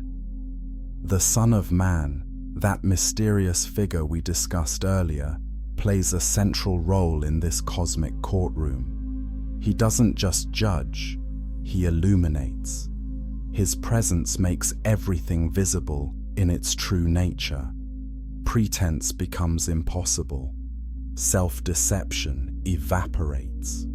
Reality stands revealed in all its stark beauty and terror. In those days, Enoch writes, "The earth shall restore those who are entrusted to it, and Sheol shall restore those who owe to it, and hell shall restore those who owe to it." This is the resurrection that makes final judgment possible. Everyone who has ever lived returns to face the ultimate accounting. But here's where Enoch's vision becomes truly remarkable. The resurrection isn't just about individual judgment, it's about cosmic healing. All the damage that has been done throughout history, all the injustices that were never corrected, all the suffering that seemed meaningless, everything gets addressed in this final cosmic resolution. Think about what this means for every person who has ever been victimized by those with more power. Every slave whose labor was stolen, every woman whose dignity was violated, every child whose innocence was destroyed. All of them will witness the perfect justice they never received during their earthly lives. If you're finding these concepts of cosmic justice meaningful, please take a moment to like this video and share it with others who have struggled with questions about why good people suffer while evil people seem to prosper. These are universal human concerns that the Book of Enoch addresses with remarkable depth and sophistication.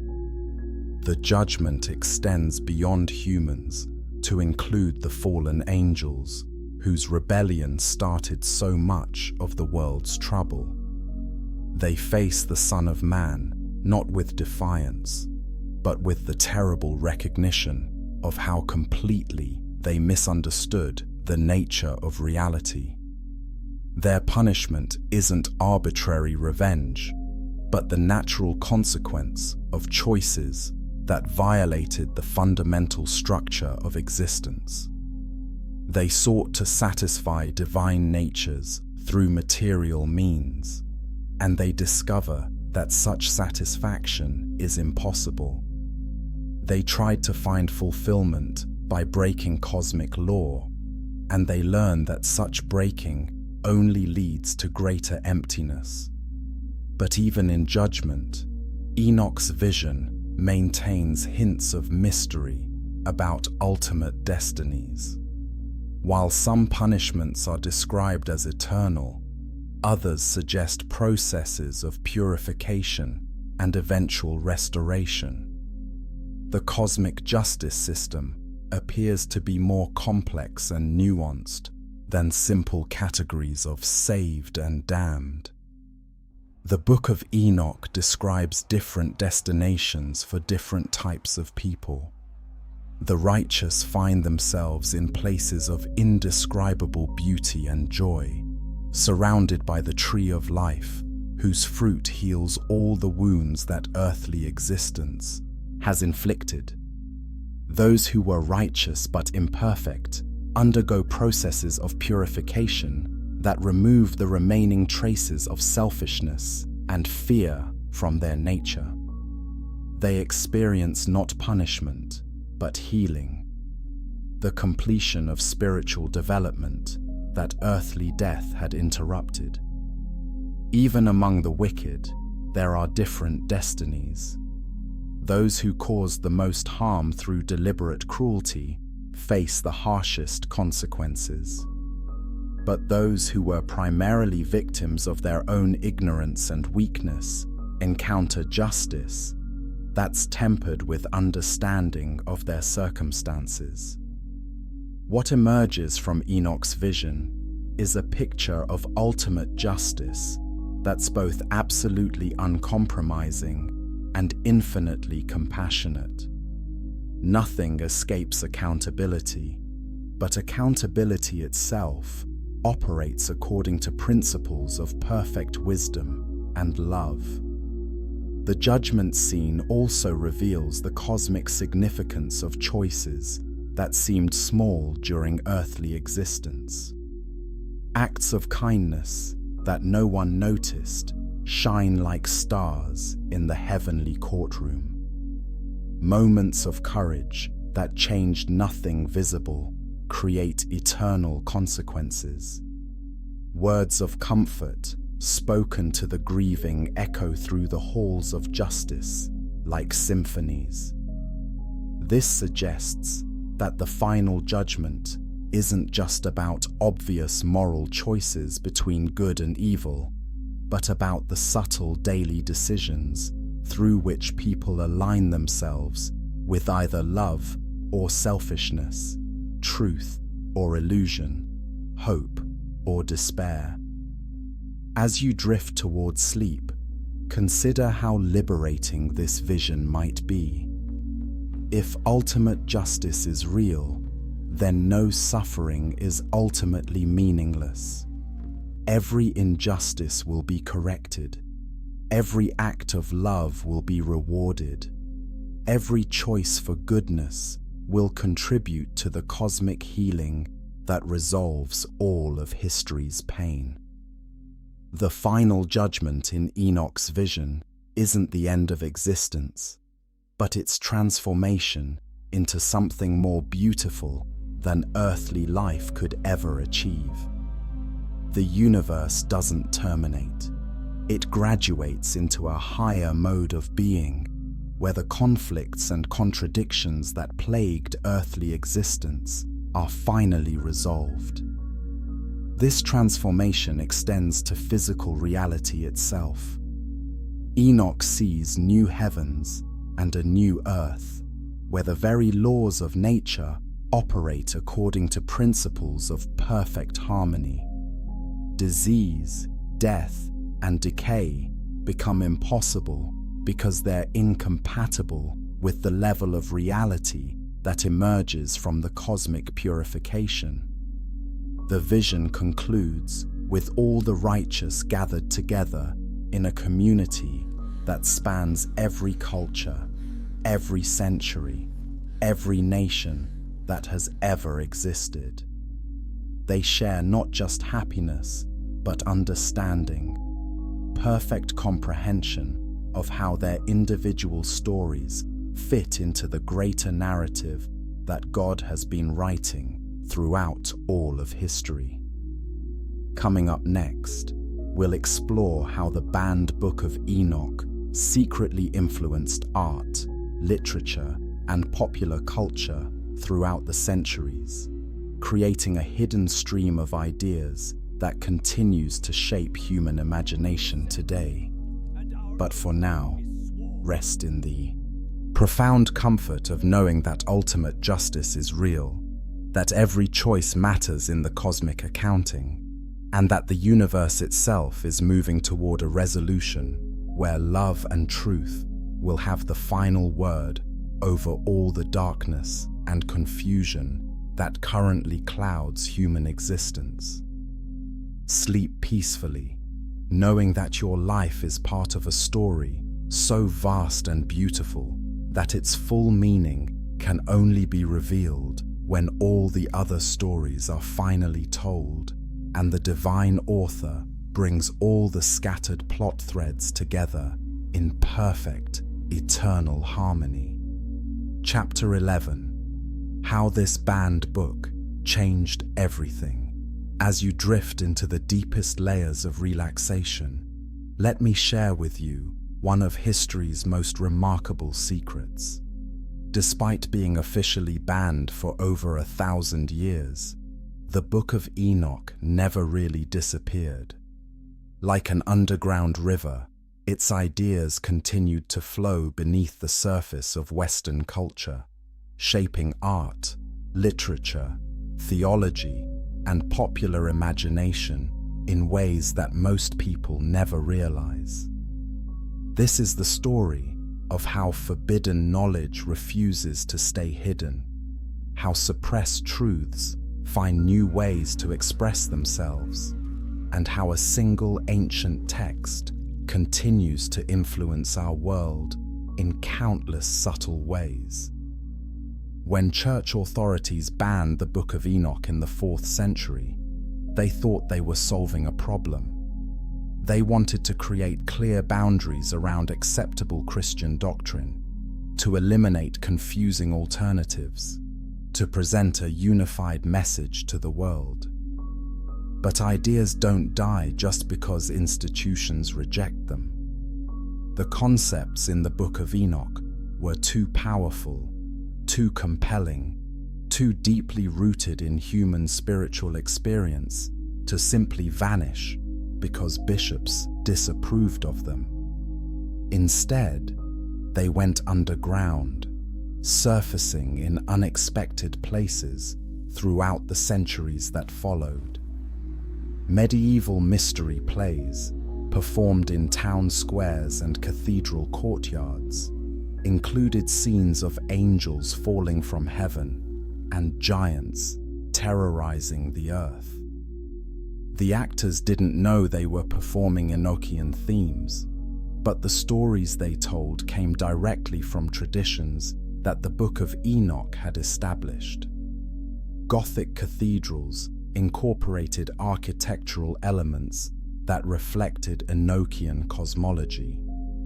The 7 levels of heaven appeared in the structure of spires.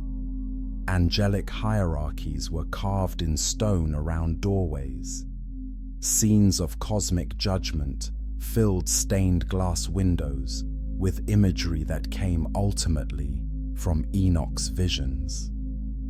As your relaxing mind considers these connections, think about how ideas move through culture like seeds on the wind.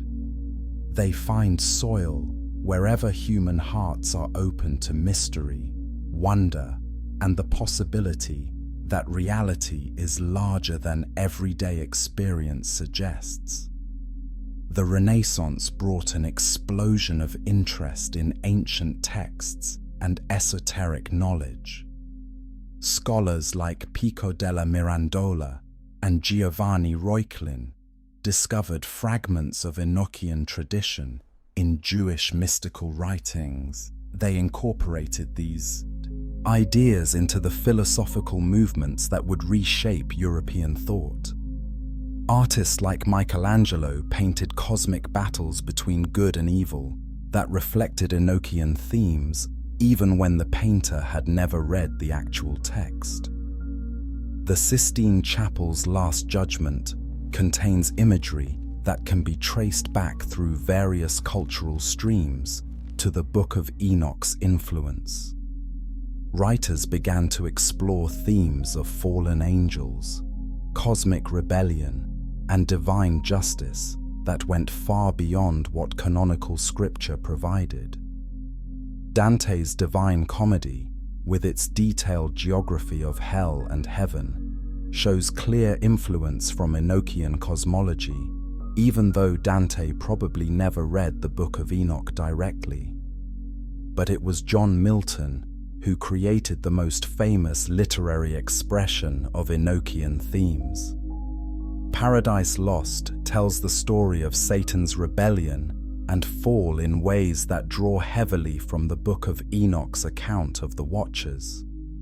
Milton's Satan is a complex, almost sympathetic character who chooses rebellion despite understanding its consequences, exactly like Semjaza and his fellow angels in Enoch's original story.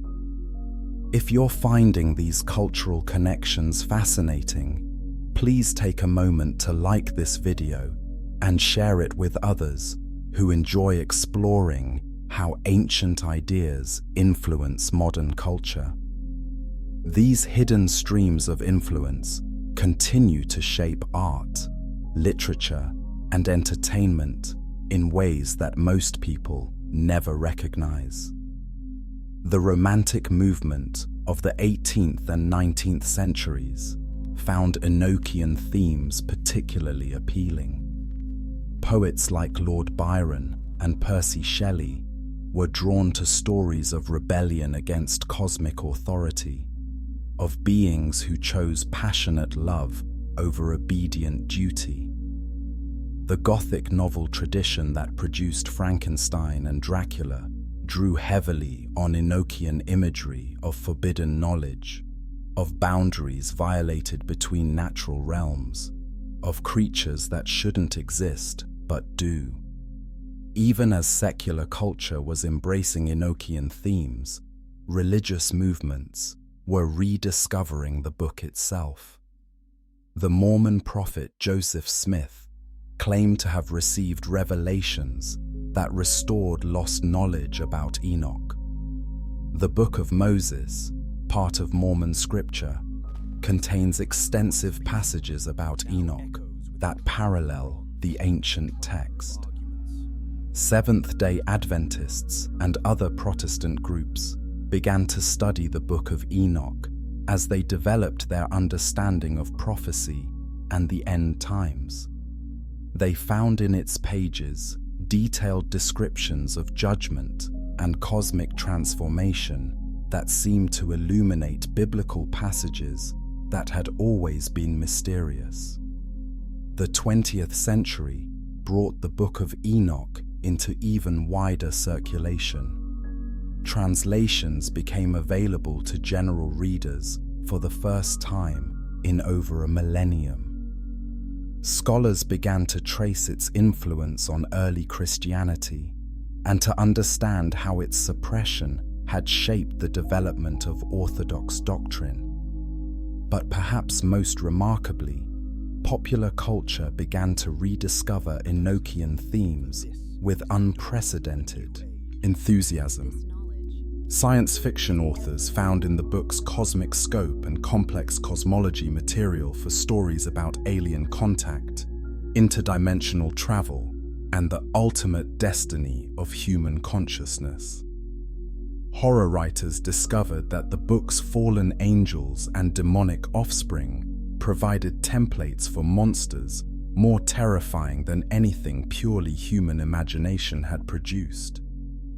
The idea of beings who were once divine but had become corrupted resonated with readers who were struggling to understand evil in an increasingly complex world. fantasy literature embraced Enochian angelology wholesale. From Tolkien's Istari to contemporary urban fantasy novels about half-angel protagonists, the book's influence permeates the genre. Writers who have never read the Book of Enoch are working with character archetypes and plot structures that the book established thousands of years ago. Film and television have become major vehicles for Enochian themes. Movies about angels falling in love with humans, about cosmic wars between good and evil, about hidden knowledge that transforms reality. All of these draw from wells that the Book of Enoch originally dug. The television series Supernatural ran for 15 seasons, largely on Enochian material, creating elaborate mythologies around angelic hierarchies, cosmic prisons, and the ongoing struggle between heaven and hell for control of human destiny. Even superhero stories often follow Enochian patterns. Beings with godlike powers who choose to involve themselves in human affairs, who struggle with the tension between their cosmic responsibilities and their personal desires, who face corruption through contact with earthly concerns. These are themes that the Book of Enoch explored long before the first comic book was ever published. As you continue to drift towards sleep, consider how remarkable this cultural persistence is. An ancient text, officially banned and actively suppressed, has continued to shape human imagination for over 16 centuries. Its ideas have found expression in every artistic medium, have influenced every genre of literature, have provided metaphors and symbols that help people make sense of their deepest spiritual experiences. This suggests something profound about the relationship between official authority and authentic spiritual insight. Institutions can control which books are included in official canons, but they cannot control which ideas speak to genuine human needs and experiences. The Book of Enoch addresses questions that every human heart asks. Why do good people suffer? Where do evil and suffering come from? What is the ultimate purpose of existence? How will justice finally be achieved? What awaits us after death? These questions don't go away just because religious authorities prefer not to address them directly. They continue to surface in every generation, seeking expression through whatever cultural forms are available. The modern revival of interest in the Book of Enoch reflects humanity's ongoing need for answers to these fundamental questions. People are drawn to its cosmic scope, its detailed exploration of good and evil, its promise that ultimate justice will resolve all the contradictions and injustices of earthly existence. But the book's influence extends beyond individual spiritual seeking. It has shaped how entire cultures think about the nature of reality, the structure of the cosmos, the relationship between divine and human realms. When people today talk about guardian angels, they're using concepts that the Book of Enoch helped establish. When they imagine hell as a place of eternal punishment for the wicked, they're drawing on imagery that Enoch's visions popularized. When they expect a final judgment where all secrets will be revealed and all wrongs will be righted, they're expressing hopes that the Book of Enoch articulated with unprecedented clarity.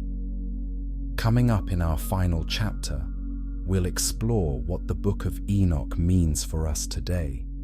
how its ancient wisdom might guide us through the challenges of modern life, and why its message of cosmic justice and ultimate redemption remains as relevant now as it was thousands of years ago. But for now, rest in the amazing realization that you're part of a story that's much larger than any single lifetime, any single culture, any single religious tradition. The ideas that have shaped your understanding of good and evil, of justice and mercy, of ultimate meaning and purpose, have been flowing through human consciousness for millennia, finding new expression in every generation. The Book of Enoch reminds us that truth has its own power to survive and flourish, regardless of official approval or institutional support. Authentic spiritual insight will find ways to express itself, to influence culture, to meet the deep needs of human hearts seeking meaning in an often confusing and unjust world. Sleep peacefully, knowing that you're connected to this vast stream of human spiritual seeking, and that the questions you ask in your heart have been asked by countless others throughout history, all of us together participating in humanity's long journey toward understanding the ultimate nature of reality and our place within it. Chapter 12. The Truth They Didn't Want You to Know. As we reach the end of our incredible journey together, let your mind settle into the deepest state of peaceful contemplation. We've traveled through cosmic realms, explored forbidden love stories, witnessed divine judgment, and uncovered hidden influences that have shaped human culture for thousands of years. Now it's time to ask the ultimate question: what does it all mean for you? The Book of Enoch was banned because it revealed truths that religious authorities weren't ready to share with the world. But what were those truths, really? And why do they matter so much that we're still talking about them today? The first truth that made authorities uncomfortable is this: the universe is far more complex and mysterious than simple religious formulas can contain. Enoch's cosmos is not a neat, orderly place where everything fits into predictable categories. It's a vast, dynamic reality where even heavenly beings must make moral choices, where boundaries between realms can be crossed, where love and desire can transform the very structure of existence itself. This complexity challenges human desire for simple answers, clear rules, and predictable outcomes. It suggests that spiritual reality operates according to principles that are too subtle and sophisticated for rigid theological systems to capture completely. As you drift in that space between waking and sleeping, consider how liberating this complexity might be. If the universe is bigger and stranger and more beautiful than any single religious tradition can fully describe, then your own spiritual journey has room to grow in directions that no human authority can predict or control. The second uncomfortable truth is about the nature of free will itself. The Book of Enoch doesn't just say that humans have free will. It demonstrates that even angelic beings, creatures of immense power and wisdom, must choose between good and evil, between obedience and rebellion, between love and selfishness. This means that moral choice is not a burden that God imposed on weak humans, but a fundamental characteristic of all conscious existence. To be truly alive, to be genuinely conscious, is to face decisions where you must choose what kind of being you want to become. Every choice you make is participating in the same cosmic drama that the Book of Enoch describes. When you choose kindness over cruelty, truth over deception, hope over despair, you're aligning yourself with the same forces that the loyal angels serve. When you choose the opposite, you're walking the same path that led to the Watcher's fall. The third truth that authorities feared is this: divine justice is real, comprehensive, and ultimately merciful. The Book of Enoch doesn't just promise that good will eventually triumph over evil. It describes in detail how that triumph will unfold, how every injustice will be corrected, how every act of love will be rewarded, how every story of suffering will find its resolution in cosmic healing. This promise of ultimate justice is threatening to those who benefit from current injustices. It's comforting to those who suffer under current systems of oppression. It transforms how people understand the significance of their daily choices when they realize that nothing is ever truly forgotten or lost. If you found comfort and challenge in these ancient truths, please take a moment to like this video and share it with others who are seeking deeper meaning in their spiritual lives. These are the kinds of insights that can change how people see themselves and their place in the cosmic story. The fourth uncomfortable truth is about the relationship between knowledge and responsibility. The fallen angels in Enoch's story aren't punished for being evil by nature. They're punished for sharing knowledge that humans weren't ready to handle responsibly. This raises profound questions about human development, about the pace at which we should acquire new capabilities, about whether some kinds of knowledge might be dangerous if they come without corresponding growth in wisdom and compassion. In our own time, when technological advancement often outpaces ethical development, when we can do things that we haven't fully considered whether we should do, Enoch's warnings about forbidden knowledge feel remarkably contemporary. The fifth truth that made authorities nervous is the most radical of all. The boundaries between human and divine are more permeable than conventional theology suggests. Enoch himself becomes more than human through his cosmic journey. The righteous dead become like angels in their transformed state. Even the fallen angels retain their essential dignity despite their rebellion. This suggests a universe where spiritual evolution is possible, where consciousness can develop beyond its current limitations, where the gap between mortal and divine might not be as fixed and absolute as traditional doctrine teaches.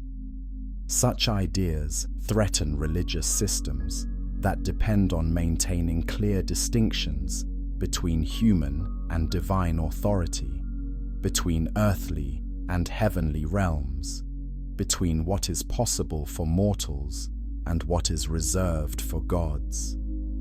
But here's the beautiful truth that emerges when you put all of these uncomfortable revelations together. You are part of a cosmic story that's far more magnificent than any human institution can contain or control. Your life matters on scales that extend beyond anything earthly measurements can capture. Your choices echo through dimensions that exist beyond physical space and time. Your capacity for growth and transformation exceeds anything that current human understanding can predict or limit. The Book of Enoch was banned because it told people truths like these: truths that make human beings too powerful, too significant, too free for comfortable institutional control. But those truths have survived despite official suppression. They've found expression in art, literature, music, and popular culture. They've spoken to human hearts in every generation, offering hope to the oppressed, challenge to the comfortable, and mystery to those who refuse to accept simple answers to complex questions. As you prepare to drift into the most peaceful sleep, carrying these ancient truths into your dreams, remember that you now possess knowledge that was once considered too dangerous for general circulation.